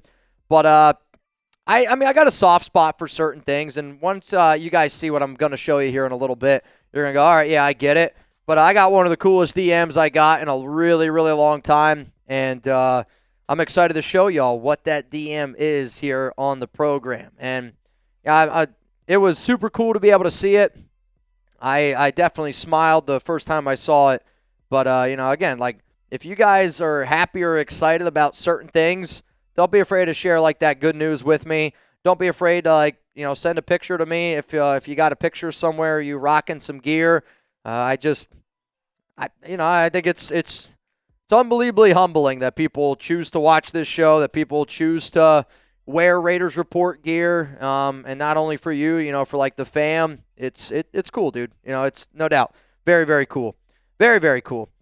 Preston Rodriguez, I don't know why you're spamming 46. There's just all these different numbers. Ricky Flores, I'm so glad this channel doesn't play that annoying music in the background anymore. Drove me nuts. I mean, there's still music, I think, playing in the background. Yeah, I mean, there's always going to be music playing in the background. It's just maybe I don't know. I don't know how you could turn it up or turn it down, but it's just the setting that's on there. Because I mean, blank air is the worst thing to listen to. Like if I'm watching a show and it's this, like sometimes like if I'm like hanging out with Chuck or if I'm like walking, I was gonna say walking my wife. If I'm taking Chuck on a walk with my wife, or if I'm listening to whatever, and if I have like an AirPod in or something like that, and there's nothing, the first thing I do is I check my phone. I'm like, did I click something? Did I do something wrong? So like one thing I always try to do is no dead air. Like it drives me nuts personally because I always feel like there's something wrong with my phone. So I know like other people, like there's a lot of truck drivers that watch this show, and I've had truck drivers tell me before, like when nothing is said, they're like driving down the road and they're like, oh shit, what's wrong? So like they got to check their phone. It's like, don't do that. Concentrate on the road, bro. Jarrett Watson. Appreciate the message. Oh, wow.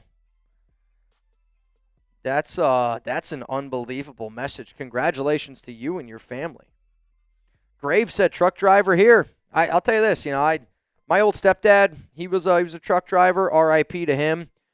He didn't pass away driving trucks. But like, dude, he would tell me all the time, like he would have to listen to the radio, and I think now with like podcasting and all that, if I had to drive that many hours every single day, I would want to listen to something like that. Like I would have to listen to something like we do here. Just to be able to listen to music over and over and over again, that would be pretty difficult. Are we good? Okay. No, we can we'll get to the super chat. Actually, we can get to it. We'll get to Jarrett's, and then we will get to the final segment here on the program. What up, Jarrett? My wife just got her residency expected. We've been waiting for 3 years through immigration and lawyers, going to get her from Mexico this weekend. Dude, congratulations to you. I will say this as probably the definition of what a white guy looks like. My wife, she's obviously Mexican. Her family, they were born and raised in Mexico City. She was born here in Dallas. If there's one thing that I wildly underestimated, it's how difficult it is to get your residency. I played baseball with a kid. I'm not going to mention his name, but it took him 19 years. It took him 19 years for him to get his citizenship here for the U.S., and I guarantee you this, 99% of every American would fail the test that it takes or that he took to become an American citizen. I believe that we live in the greatest country on planet Earth. I love being American. I'm proud to be an American. When I lived in Germany for a whole year, I kind of got to see another part of the world, and at that time, the Syrian crisis was really big, so a lot of people were like trying to get into Germany. I tried to learn German. I took 20 hours a week of school. I guess, long story short, I got a big respect for you. I got a lot of respect for your wife. I know that the process isn't easy, and I think that this country was built on people taking chances, people taking risks, and if it wasn't for my family many years ago, trying to get into the U.S., I don't know if I'd be here. So I appreciate you sharing this message with me because I think in today's day and age, we just got to show love. We got to show compassion to everyone. That's how I am. That's how I'm built. But congratulations to you and your family because I know it's not easy. And you should be very proud. I know you're excited. I'll just say this, just wear protection. I don't know. Be careful. Be careful. I know what it's. I tell you this right now. If I didn't see Alex for a really long time, I can't even imagine. Can't even imagine. So, congratulations, Joe, to you and your family. Yeah, I mean, if you're going to Mexico, you need a different type of protection. Though, I mean, I'll tell you, the best protection you might be able to get going to Mexico is you just get somebody that speaks Spanish. You get somebody that speaks the language. I am amazed every time now, like when I go to Mexico and I have Alex's family, I can just kind of hide in the back. I'm like, can I get tan enough to where I blend in? And if the answer to that is yes, then I'm good. All right, y'all. Coming up here next, we're going to get into talking a little bit here about Fernando Mendoza. Again, when you guys share good news with me, it makes me happy that you guys are excited to be able to tell me stuff that's going on in your life. I know I always tell y'all what's going on in mine, and I know that sometimes people care, sometimes people don't care. But at the end of the day, man, it's when you are like, I want to share that with someone, another example. We're so much more than a YouTube channel. And now I'm going to prove to you why we are a YouTube channel, because we're going to talk about Fernando Mendoza. We're going to talk about the Raiders. And then after that, we got some March Madness races. We got a duck race to get to. And then I'm going to go enjoy dinner with my wife and Chuck. And hope you guys are ready for tomorrow, because tomorrow is going to be, I think, one of the craziest shows that we've done in a very, very long time. You ready? Y'all ready? Coming up, let's talk about Fernando Mendoza. Raider Nation, what's going on? It's Mitchell Renz, your host of the Raiders Report, and coming up on today's show, we're going to get into some Fernando Mendoza news to know before Indiana's Pro Day on April 1st. The first thing to know is this: how are you going to watch it? Well, I hope that you watch it with me, Nick Lopez, and the Chat Sports team, because we are going to be live starting at noon Eastern time.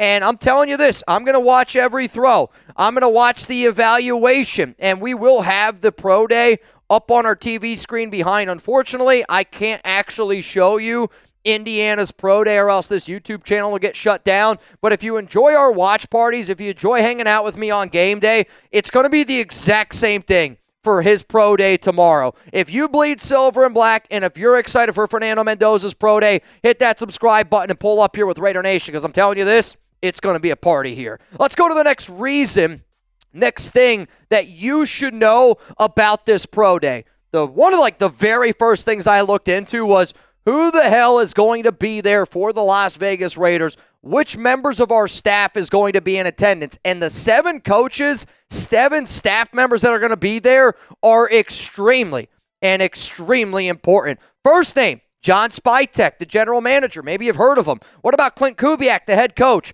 Here's where it gets interesting. Brian Stark is our assistant GM and had a lot of say when it came to the Denver Broncos for many, many years, a part of a lot of their draft personnel decisions. Brandon Yergin, he's our director of college football scouting. If he's there, that's really important, because he's, again, in charge of our scouting department for college football. Brandon Hunt, VP of player personnel. This is actually somebody that was regarded as a right-hand man to Howie Roseman when he was there with the Philadelphia Eagles, and obviously Philadelphia did an outstanding job drafting. They won a Super Bowl very recently. Raiders OC Andrew Janocko, who's kind of the right-hand man to Klint Kubiak. Our brand new quarterback coach, Mike Sullivan, will also be in attendance. So you're looking at GM head coach, you're looking at a lot of important people from a director of college scouting. Like I would say Stark, Yergin, and Brandon Hunt are the most important people we have in our college room. And then you got the OC, you got the quarterback coach. That tells me all eyes on Fernando Mendoza. Let's keep it moving here in terms of what to know. I want to know what my general manager is looking for. I want to know what John Spytek wants to see at the Indiana Pro Day. And what's kind of interesting about this is he kind of talked about some of the things that he's looking for at the NFL owners meeting. So he spoke to the public on March 30th, and he did confirm that he's going to be there, and I expected that he was going to be there. I mean, let's be honest. If John Spytek's not going to be there, that's a red flag in its own. But he said that he's been to tons of pro days, and I'm sure that he has been to tons of pro days. He's been working in the NFL for a long time, and for Spytek to say that he knows exactly what he's looking for, that gave me chills, I'm not going to lie to you. And I actually have the 5 things that John Spytek said that he was going to be looking for, because for Spytek to say that he's been to a ton of them, then you got to think about, all right, well, what exactly is he looking for from top to bottom? Spytek then went along to say that he's looking for, here, I'll highlight it for you. He said that he's looking for Mendoza to compete at the pro day. And it's kind of like a no shit that he's looking for him to go out there and compete. But I also think, like, for a guy like Mendoza, you know that you're going to be the number 1 overall pick. You know what team you're going to be there for. And when you talk about Fernando, you know, we don't always talk about the arm strength, the leg ability. We talk about a winner. And when your biggest thing is like you're a winner and you're a guy that goes out there and you compete at the highest level, I want to see him compete. And Spytek said that he wants to see him go out there and compete. Spytek also said that he wants to see Fernando Mendoza show up for his teammates. Yes, we are there to watch Fernando. But how does he look with Elijah Sarah? How does he look for Omar Cooper Jr.? What is he doing for Roman Hemi, Kalen Black? If he throws a ball down the field, how do his teammates celebrate with him, right? Like, the idea of a franchise quarterback is not just about that QB. It's how do the players respond to him, and how does he show up for his teammates when all eyes are on him? Next thing that Spytek said that he's looking for, that Fernando puts his best foot forward. And I think when you look at how he handled himself in the national championship game, there was a lot of critics, right? There was a lot of critics. They didn't know if he was going to be the number 1 overall pick. Put his best foot forward against Ohio State when it mattered the most. Put his best foot forward when it mattered the most against Penn State on that 3rd and goal play to get the touchdown. Against Alabama, against Oregon, against Miami, and essentially a road game against Hard Rock Stadium. Fernando has always answered the call. Can he answer the call here yet again? Then said he wants him to put on a show. Of course he does. I want him to put on a show. I think whether you are confident in the tape, and, like, let's be clear here. If you've seen the Fernando Mendoza tape, even if Fernando has a bad pro day, and I mean a terrible pro day, shouldn't matter. And I mean it. Like, I will take tape evaluation, what Fernando Mendoza did in an actual football game, over anything that happens on this pro day. Point blank, period. But at the same time, you want him to put on a show, because I think it just makes that pick a little bit easier to make at the end of the day. And then the final thing, and this is actually, I think, what's the most important thing based on what Spytek said. Spytek said he wants Mendoza to be prepared. He wants him to be prepared because Spytek flat out said that most pro days are scripted and that he makes the correct throw. He makes the correct reads. He knows where his receivers are going to be. And I get it, like, this is designed for Indiana's players to succeed, and that's actually one of the reasons why it's typically scripted. It's so the Indiana players look good. But if you know it's going to be scripted, I want Fernando to know exactly where he's going with the football, because that's what makes Mendoza elite. He's smart. He always makes the right play, and I want to see him make the right play yet again here in this pro day. Let's go to more news to know before Indiana's pro day here with Fernando Mendoza. If we want to know what Spytek's looking for, I want to know what our head coach, Klint Kubiak, is looking for. And Kubiak also at the NFL owners meetings kind of talked about what he personally was looking for from Fernando in this pro day. And I'll get into that here in just a moment. But before I do, huge shout out to my guy Dream.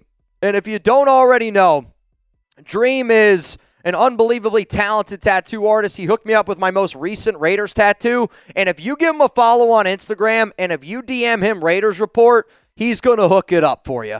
Tattoos can be expensive, so if you can get any type of discount, hey, I think that's awesome. But also, I want an artist that I trust, an artist that's talented, an artist that can come up with unbelievable ideas, because at the end of the day, this is going to be on your body for your entire life. He's tattooed NBA players, professional athletes. He tattooed me for whatever that's worth. But if you bleed silver and black and you're looking to get more ink, go hit up my guy Dream. He travels all around the United States, and I personally think if you rock with Raider Nation and you support one another, then go support my guy Dream. If you're looking for some tattoo products, if you already have some tattoos, I think it's really important to make sure that you take care of them, to make sure that they're looking amazing. Like, what's crazy is I've started using his art tattoo goods before I go on my runs, and I don't know about y'all. Like, I don't always wear sunscreen, and recently I've really tried to start wearing sunscreen more because I've noticed how much fresher it makes my tattoos look. But if you're somebody that you don't have any tats, and I get it can be a little bit scary. I think the number one thing that when I talk to anybody that doesn't have a tattoo,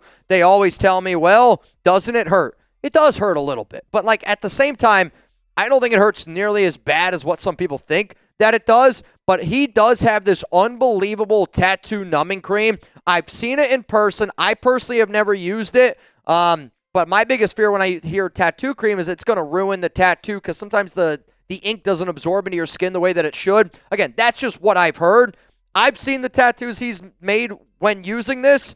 It's actually made me be kind of like, I think I might use it the next time that he pulls up because the back of the leg hurt. The top of the knee hurt as well. But all I want y'all to do is just DM Art, DM Dream, Raiders Report if you're looking for a hookup. At the end of the day, I believe if you're a Raiders fan, I'm going to support you. Dream watches this show. We always support a lot of other people that do a lot of amazing things on this program, and I hope that you guys give him a follow. I hope you DM him because, I don't know, I think he's an unbelievably talented person. Great conversation. One of the coolest dudes that I truly, truly got to know. Let's go to some more things of what Kubiak is going to be looking for at his pro day. And he said at his presser on March 31st when he was asked, like, what do you like about Mendoza? He was like, he's a national champion. He's a winner. He's accurate. He's quick. He's strong. He's tall. He's intelligent. And that's everything that I think that I look for in a franchise quarterback in a Klint Kubiak offense with John Spytek and Tom Brady. Like,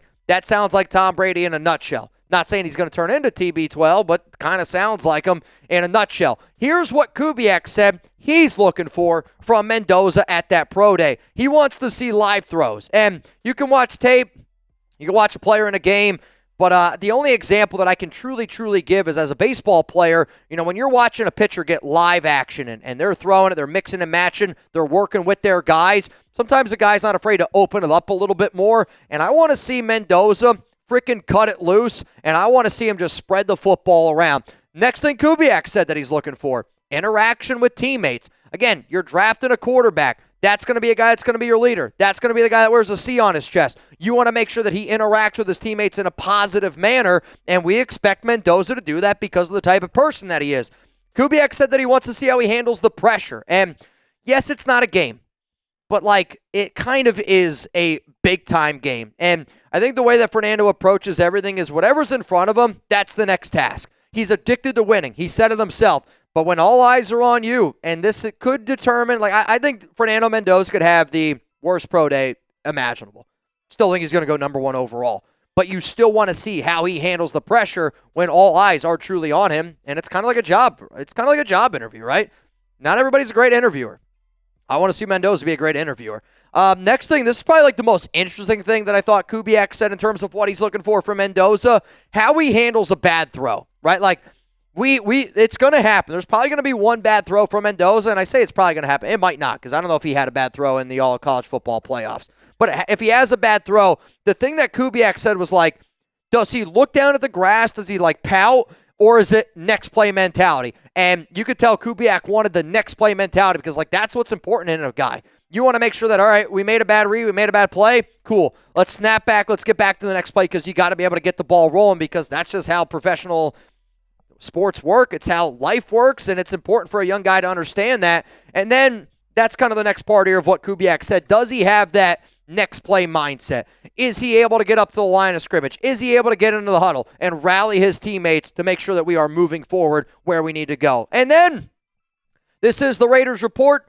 I think people watch this show for my opinion. I'm going to give you what I am looking for from Fernando. I'm also, though, going to give you a little bit of an extra little cherry on top of here are some other players that I'm going to be looking at the pro day. Before I get into that, I got one of the coolest DMs that I've gotten in a long, long time, and I always tell people, seriously, hit me up on IG, hit me up on Twitter, at Mitchell Renz 365. I could tell all y'all to go buy our Fernando Mendoza shirt, but I received this picture, and shout out to Robert Avina and his son G for rocking the Mendoza shirt. And for those of you that do not know, I'm a big Disney guy. My family, we have always been about it. And the fact that you and your son are rocking this shirt out and about, I hope that somebody came up to you and said hello, but I also think like this is what the Raiders Report is all about. My dad's my best friend. The fact that you sent me this photo, the fact that you wanted to wear this, the fact that you allow your son to watch this show, it's truly, truly humbling to me. And I just wanted to say to Robert and his son G, shout out to y'all for being real ones and rocking the Fernando Mendoza shirt. Now, if you guys are trying to get your hands on the exact same shirt that they had on, you can go to chatsports.com/RR shop. That link is going to be available out down in the comments, down in the description of today's show. But from the bottom of my heart, dude, I got that picture, And I was actually bugging him. I messaged him, and I was like, hey, man, do you mind if I show this on the program? Because if you send me anything with your kids, and I'm just going to make sure that it's okay that I can put it on the show. And I had to double tap the message this morning. I was trying to get his attention, hey, man, can I put it on the program? But thank you so much, dude, for sending that to me. Shout out to G, shout out to Robert for being real ones here. Let's go to what I'm looking for now for Fernando Mendoza's pro day. I want to see the ball accuracy on all levels of the field. The reason why Mendoza is the number 1 overall pick, it's his ball accuracy from 5, 10, 15, 20, 25, 30, 35, 40. He could throw the ball anywhere on the field. Any hash mark, no place too big for him. And he's just so unbelievable with that ball location, and that's what I want to see. I also want to see how do his teammates look to him or look at him. I'll never forget this. I was in college baseball, and we just started kind of getting it going. And when I say getting it going, I was a sophomore this year, and we lost all of our seniors, and we didn't really have a team captain. And I can remember we had a coaches meeting, and we had a team player meeting, and our coaches essentially asked us, who should be the team captain this year? And I'll never forget it because everybody at the exact same time looked at one person. And that person was my roommate in college, Joe Forcellini, the best man at my wedding. Love that guy to the end of the moon and back. But I always think of that story because, a lot of times people can say this guy's a great leader, this guy's this and that. When I talk to players at the NFL Combine, everybody spoke highly of Fernando Mendoza. But you expect them to. In a pro day situation, I want to see his teammates have his back. I want to see his teammates look for him, cheer him on. And, it kind of makes me think of the old draft day movie where they're nobody went to his birthday party. It's a big deal, though. When you're the quarterback, I want guys to want to show up to your birthday party. And then I'll say, what happens after the pro day? Because I remember last year, I received a message from somebody that used to work near Boise. There was a restaurant in that area. John Spytek and the Raiders running back coach last season ended up going out for dinner with Ashton Genty and the head coach of Boise State. They went to the nicest restaurant in the area, and they had dinner. Obviously, I bring this up because Ashton Genty ended up getting picked by the Las Vegas Raiders. And yes, the pro day is important, but I also think it's what happens after that pro day. Are we going to get a notification? Are we going to get a picture? Am I going to get a text message that says, hey, Fernando and John Spytek are going out for dinner? That's the type of thing that I want to see. So that's going to be something I'm going to be looking for, and I think Raider Nation should be looking for that as well. The way that I'm going to round out today's show, though, is I'm going to give you the top 11 players that I'm going to be watching at Indiana's Pro Day. If you didn't think Fernando was going to be number 1, I don't know what the hell we're even doing here. Coming in at number 2, I'm going to say Omar Cooper Jr., a receiver that has the opportunity to be drafted in round 1. Would love for him to be available to us at 36. Had the opportunity to talk to him at the Combine. Cool, calm, and collected. Cannot describe Omar enough. He is about business. He is about action. He is a humble player, and I would love for the Raiders to be able to get him. At number 3, I'm going to go with Elijah Surratt. This is probably a receiver that's probably going to go more in that 67, round 3 range. But he was the go-to guy for Fernando, and he probably would have led that team in yards and receptions, but he ended up getting hurt, missed 2 games. Did lead the team with 15 touchdowns. Those 2 receivers I'm going to be glued to. Coming in here at number 4, D'Angelo Pons. Do I think that the Raiders are going to draft D'Angelo? I do not. And I say that because D'Angelo is an outside that might have to play on the inside because he's small. But I love D'Angelo Pons because got to interview him, and I want a guy that competes. D'Angelo Pons is going to freaking compete no matter what he does. You know how I know? Because he went up against our chat sports guys. We were leaving the NFL Combine. If you haven't seen this video, it's on my personal social media. It's been on ESPN. It's been on NFL. It's been on a lot of places. But D'Angelo Pons lines up against one of our chat sports guys. His name's Billy Beebe. He's the receiver. Pons is going up against him, and Pons works him. And I think he just jumped 43.5-inch vert, and then he wants to go up against one of our guys. Those are the type of players that I love rooting for, and especially at a pro day. Next guy coming in here, Kalen Black, running back. The Raiders had a top 30 visit with them. I spoke with somebody very close to Kalen. They gave me the news that the Raiders are going to have the meeting with him. But also, I know from people close to Kalen that he was kind of ticked off that he didn't get the invite to the Combine. And I don't blame him. I would have been ticked off too. Also, I spoke to Kalen Black yesterday, and I want to say this again. Congratulations to you and to your fiance. Beautiful photos, beautiful proposal. Hell of a job there, young man. But really, really cool for you to be able to, start that next part of your chapter from somebody that's been married almost a year. I subscribe to the idea, happy wife, happy life. But saw the photos. Loved our conversation yesterday. Shout out to you. Let's go to number 6 here. Roman Hemby, running back for Indiana, another back. Spoke with him at the Combine, and he made it very clear that he would love to be an RB2 next to Ashton Genty. Understands the importance of pass protection. At number 7, I'm going to go with Riley Nowakowski. I asked Riley his thoughts of being a tight end fullback hybrid in a Klint Kubiak offense. Nowakowski told me that he did it a little bit in college where he played tight end, he played fullback. I know the Raiders have already gone out and they kind of got this hybrid player in Connor Hayward, but Nowakowski will be a good football player in the NFL for a long time because he is unselfish and he's just a good football player. Let's go to number 8 here, Lewis Moore, safety. We need safeties. Kubiak understands that. I don't necessarily love the talent that Moore has in terms of what he would bring to the table for us, but what I do think is important is the fact that Lewis Moore is a very likable guy and the fact that he adds depth. Now, again, Lewis is only 8 on this list. Number 9, 10, and 11 are coming up here in just a moment. But Lewis, I didn't study him too much, and I know that safety is a really big need for us, but I'm just going to put him here at number 8, and I put him above Mikhail Kamara at 9 simply because based on team need, I think safety is a bigger team need than defensive end, but in an outside linebacker role, it could be interesting for Kamara to be able to fit in that one.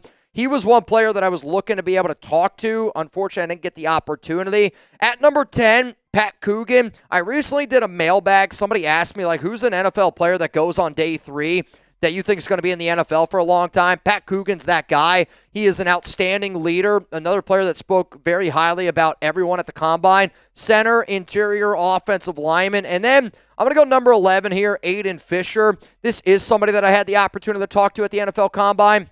He would be really good competition for Eichenberg, for Cody Lindenberg, special teams player overall. But there's a lot of guys to watch. I just try to give you a little bit of a quick roundabout of players that I thought could get drafted, players that I'm going to be watching outside of Fernando Mendoza, because it is important to watch other players from the team that just won the national championship. And it wouldn't shock me at all if the Raiders drafted multiple players from Indiana. Why?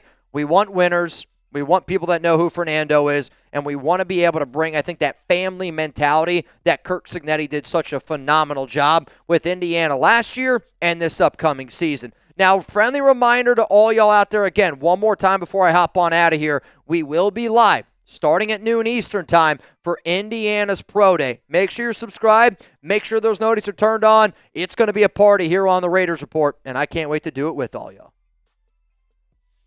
All right, guys, we got 2 races to get to round out. LA, you didn't like my wink? You didn't like it? We got 2 races to do to get into the Final 4. We got Noah Suavemente up against Save a Warrior.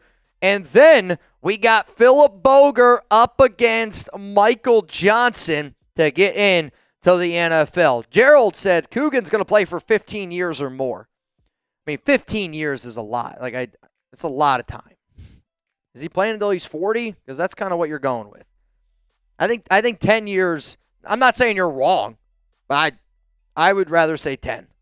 15 years or more, I honestly hope he does. I hope he does. He deserves it. Outstanding. I mean, honestly, dude, there's probably not many people, based on the Indiana players that I talk to, there's not many guys that I would put in the same, level of respect as Mendoza. Pat's one of those dudes. He was so well loved, so well respected from his Indiana players that he's going to be in the league for a long, long time. I guarantee you that. You guys ready? Noah Santana, Save a Warrior.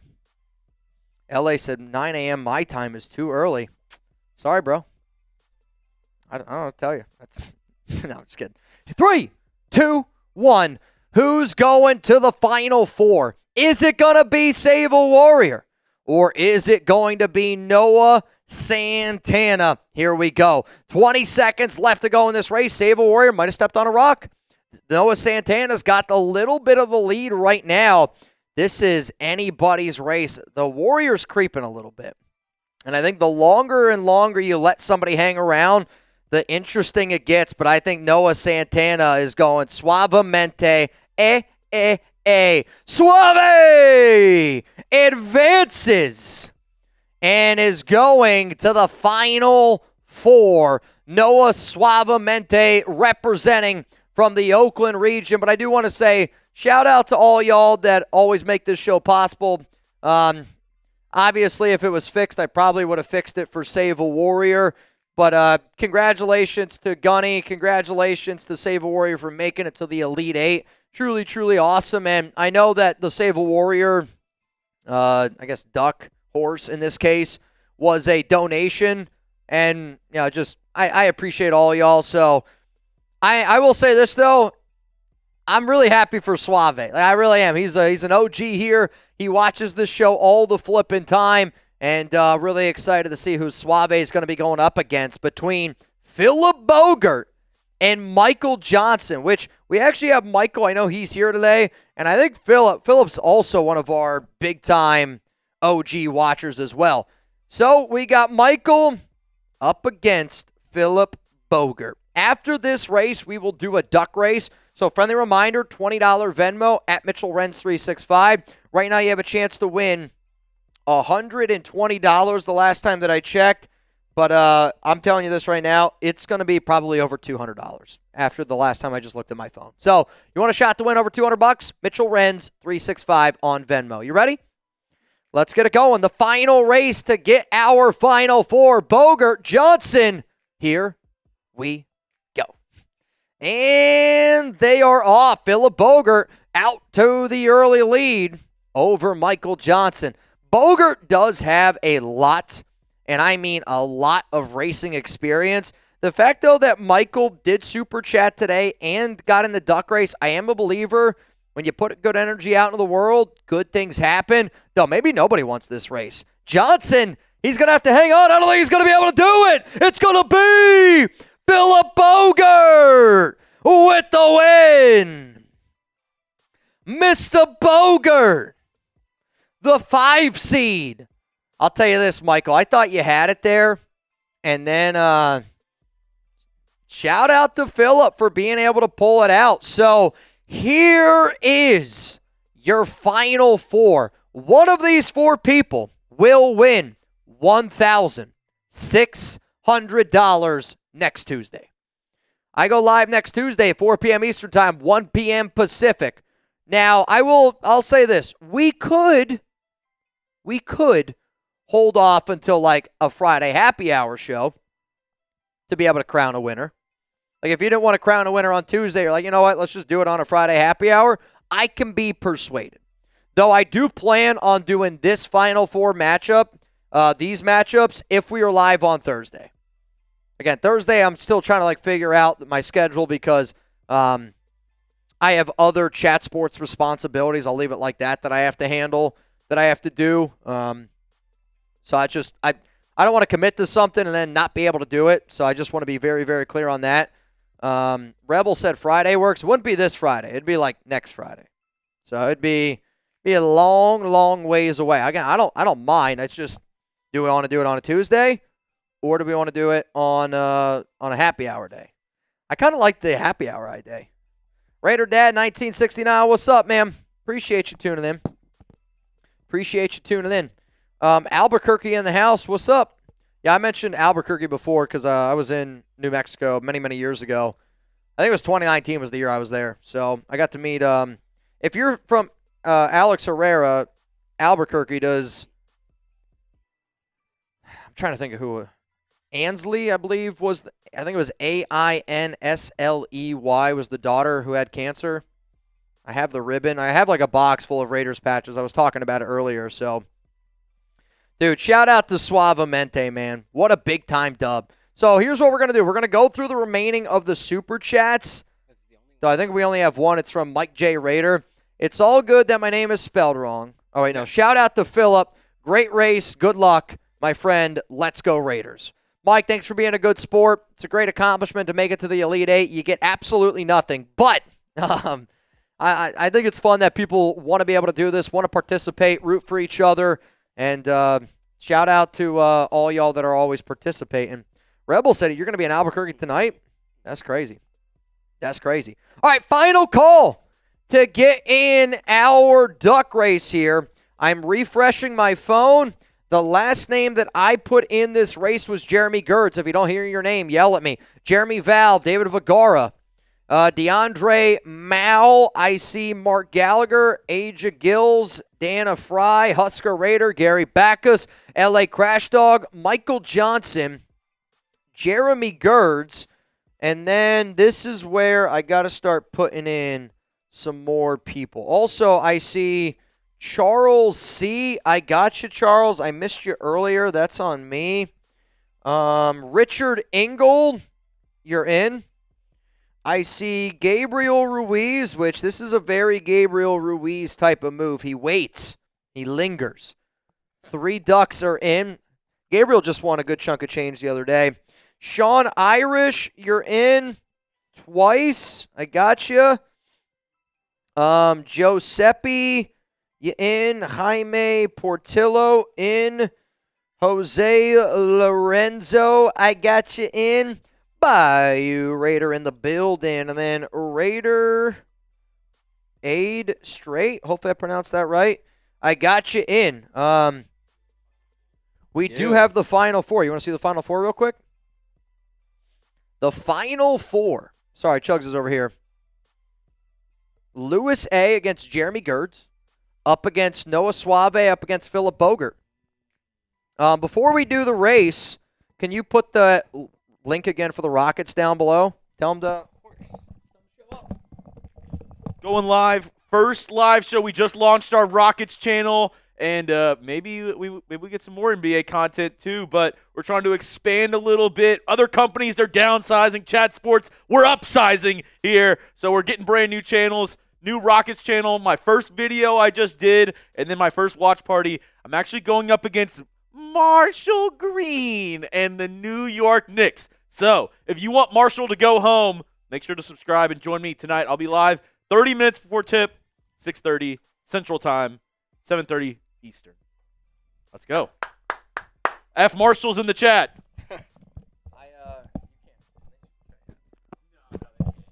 They can do Cash App Venmo. Venmo Battle Marshall. How many boots you got in your Rockets? I promise you this right now. If you beat Marshall in Venmo, bro, I'll do 2 boots to start our next happy hour show.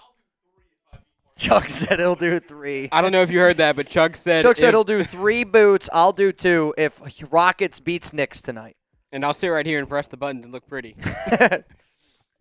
Lopez like, I'll do a loco. No. Fuck yeah, I got a logo in me. Always. All right, y'all. Let's do this duck race. Now, in all honesty, I hope that you guys go support Chugs. Like, go watch, go hang out, get in the comments there. When you're launching a YouTube channel, I think it really helps. Like, when you already have people that are part of an audience, he's gonna have Rockets fans that probably don't know what to do, how to hang out, and if you get some time today, go hang out with him, watch the game. It does. It means a lot. Honestly, like, showing how we get down on Chat Sports is something that we talk about a lot behind the scenes. And like when Raider Nation shows up in like chats for like other shows, hosts always come up to me, producers always come up to me. Hell, my bosses always come up to me and they're like, make sure you tell Raider Nation thank you, because yes, we've been doing this for a long time, but there's a lot of shows that are a month old, 3 months old, a year old, 2 years old, and truthfully, I think every channel here at Chat Sports in some way, shape, or form is trying to get to, what we have here. And I don't blame them. I love the community that we have here. But when you guys show up and show out on other shows here at Chat Sports, it's kind of like I expect you guys to show me love and respect, but it's kind of like, if my wife were to walk into a restaurant, you hold the door for her, and it's only because, yes, she's my wife, but it's also because, like, you respect me. Maybe that's a weird analogy to make with Chugs, but it's the first one that came to my mind. Like, yeah, it's just y'all are pretty close. Chugs, and I'll tell you this, Chugs is your work wife. Chugs is my work wife, though. I've been sleeping around a little bit. I'm not gonna lie. Though he hasn't been his home as often, so it's totally fine. All right, last chance, last chance. Robert Jansen says, "I'll hold you to that, Mitchell. I promise y'all this. You can hold me to it. They got a couple people that are plotting in the chat. I want it to be known. I just want you to know, if Chugs gets more Venmo tonight than Marshall gets in Super Chats and Venmo combined, I will do 2 boots to start a Friday happy hour show. Chugs said he'll do 3, and Lopez will probably just pitch in a Loco because why else do you call him Loco? I'd Lopez? pitch in a Loco for like $5. He's like, all right, you like the video, and I'll pitch in. Bayou said Chugs is Venmo. I don't know if I have that. You might have to do that on the stream tonight. If you might have an L3 for that. Here, might be able to figure it out. Give us a second. I'll just or send it to. Okay, final chance for y'all to get in. I'll tell you this right now. Shit, I might send Chugs a Venmo. We got Crystal Marie. I got you in, Crystal. Crystal Marie Mendoza in. We got Corey Shepard in. Brian Baca in. And then Adrian Bravo. You're in. Chugs, can you send me your Venmo? Yeah, we'll get it. Crash Dog says his is at Jeremy Chugs. I mean, that's pretty simple. It'd be really easy if that was it. I mean, it probably is. Buckeye Raider, Mitch, Sean sent you 2. Yep, I got Sean in twice. Honestly, the way that Sean did it's probably the smarter way to do it. He sent me 1, and then he sent me another. Because sometimes, I'm not going to lie, I mean, there's times where I'm like, crap. Now, every time I see Gabriel Ruiz's name, I know it's 3 Ducks. Like, as soon as I see his name, I'm thinking it's 3 Ducks. Because how often he does it. So, I don't have anybody else here in this race, which means it's going to be a winner's going to go home with $270 on the program. Pretty good Tuesday. That's a hell of a Tuesday. $270 on a Tuesday. On a Tuesday. Got your girl in the... She ain't Tuesday. Squad going. You ready? Yeah, you got the list. Oh, shit. I assumed you were in that doc. That's on me. Oh, my bad. No, that's probably on me. So that's the doc I work out of for duck race. Perfect. Yes, I have a duck race doc. I do have a duck doc. Don't worry. I do have a duck race doc. I'll tell you this. It gives you an extra chance for all y'all to get in. Final refresh here. Oh, wait. Got to add one more. Trent Hamada. Okay. I can do that real fast while we get this situated. Yeah, it's what? Just at Jeremy Chugs? I'll tell you this. There's not a 0% chance. Though. People are plotting. The 3 boots deal is going to be something.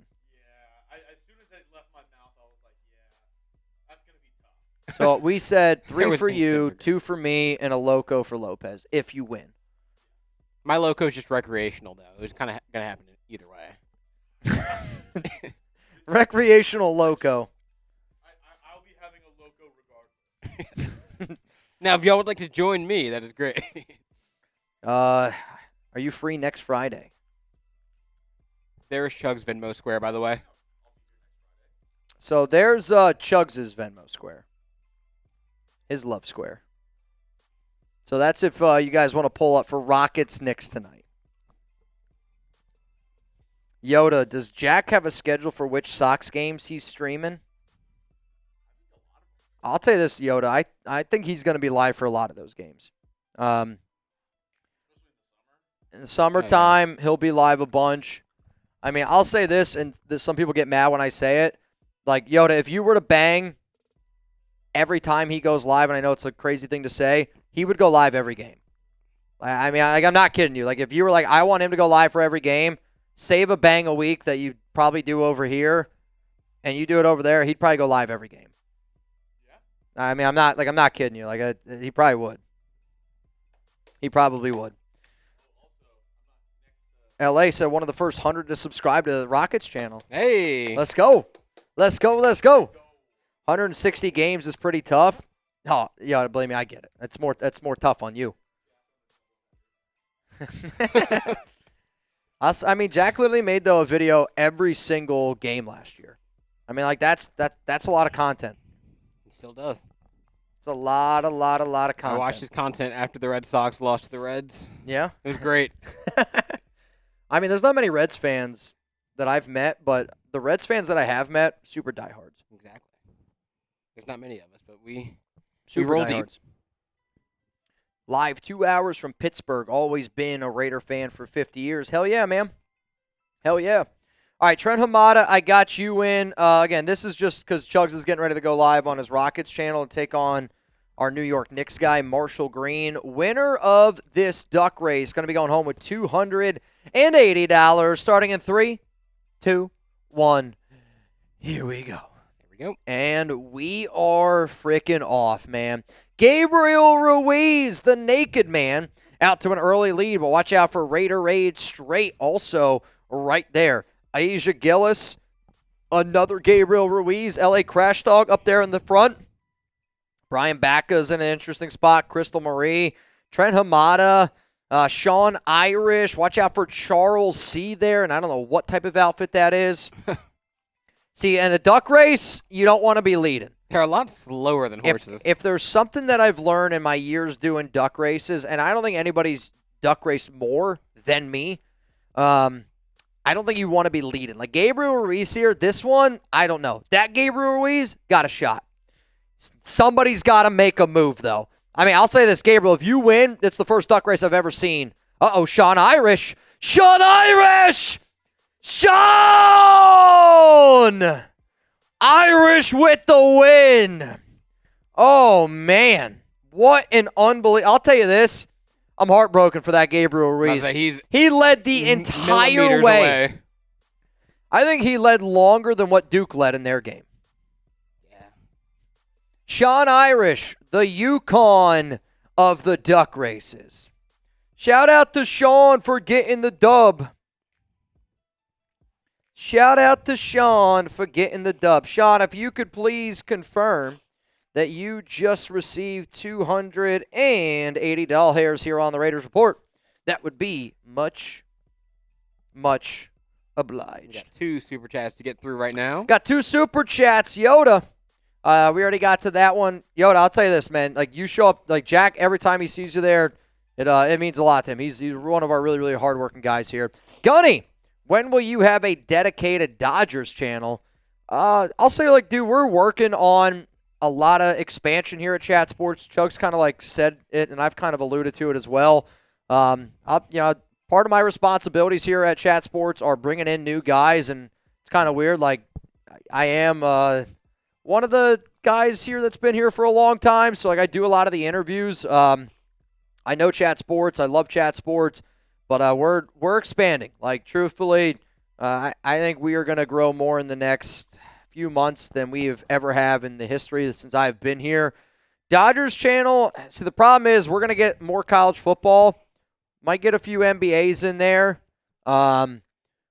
We would get a Yankees channel before we get a Dodgers channel, unless y'all give us a reason to get a Dodgers channel. I feel like Dodgers-Yankees would have to be the next one if we expand in baseball. I think Dodgers could give Yankees would be the next 2. Yep. I think Dodgers would give Yankees run for their money. Dodgers, Yankees would probably be the next 2. Bayou said LSU. I think by kickoff next year we have an LSU channel. I wouldn't be upset an LSU channel. I think we'll have an LSU channel soon. Yes. Again, I don't know all the ins and outs. I know certain things, but I think we're gonna get one. LA Crash Dog, need more Lakers content. Watch out, because I've been working with Coop a little bit. We're talking about doing some playoff watch parties. Yep. So stay tuned. Like, for the playoffs and stuff, if y'all wanted me to show up, like, once in a while, like, on a Lakers watch party, like, because, again, these guys know basketball. Like, I just don't know basketball. If you guys wanted me to, like, show up one night and we're like, hey, the first Lakers playoff game. You guys wanted me there? Rockets, fuck. Dude, if it's Lakers-Rockets, that'd be electric. Yeah, I'm not a Yankee guy, Robert. I'm a Mets guy, but we're not going to get a Mets channel. Probably not anytime soon. Maybe, maybe not. All right, we're hopping on out of here. Huge shout out to seriously, man, everybody that makes this show a lot of fun.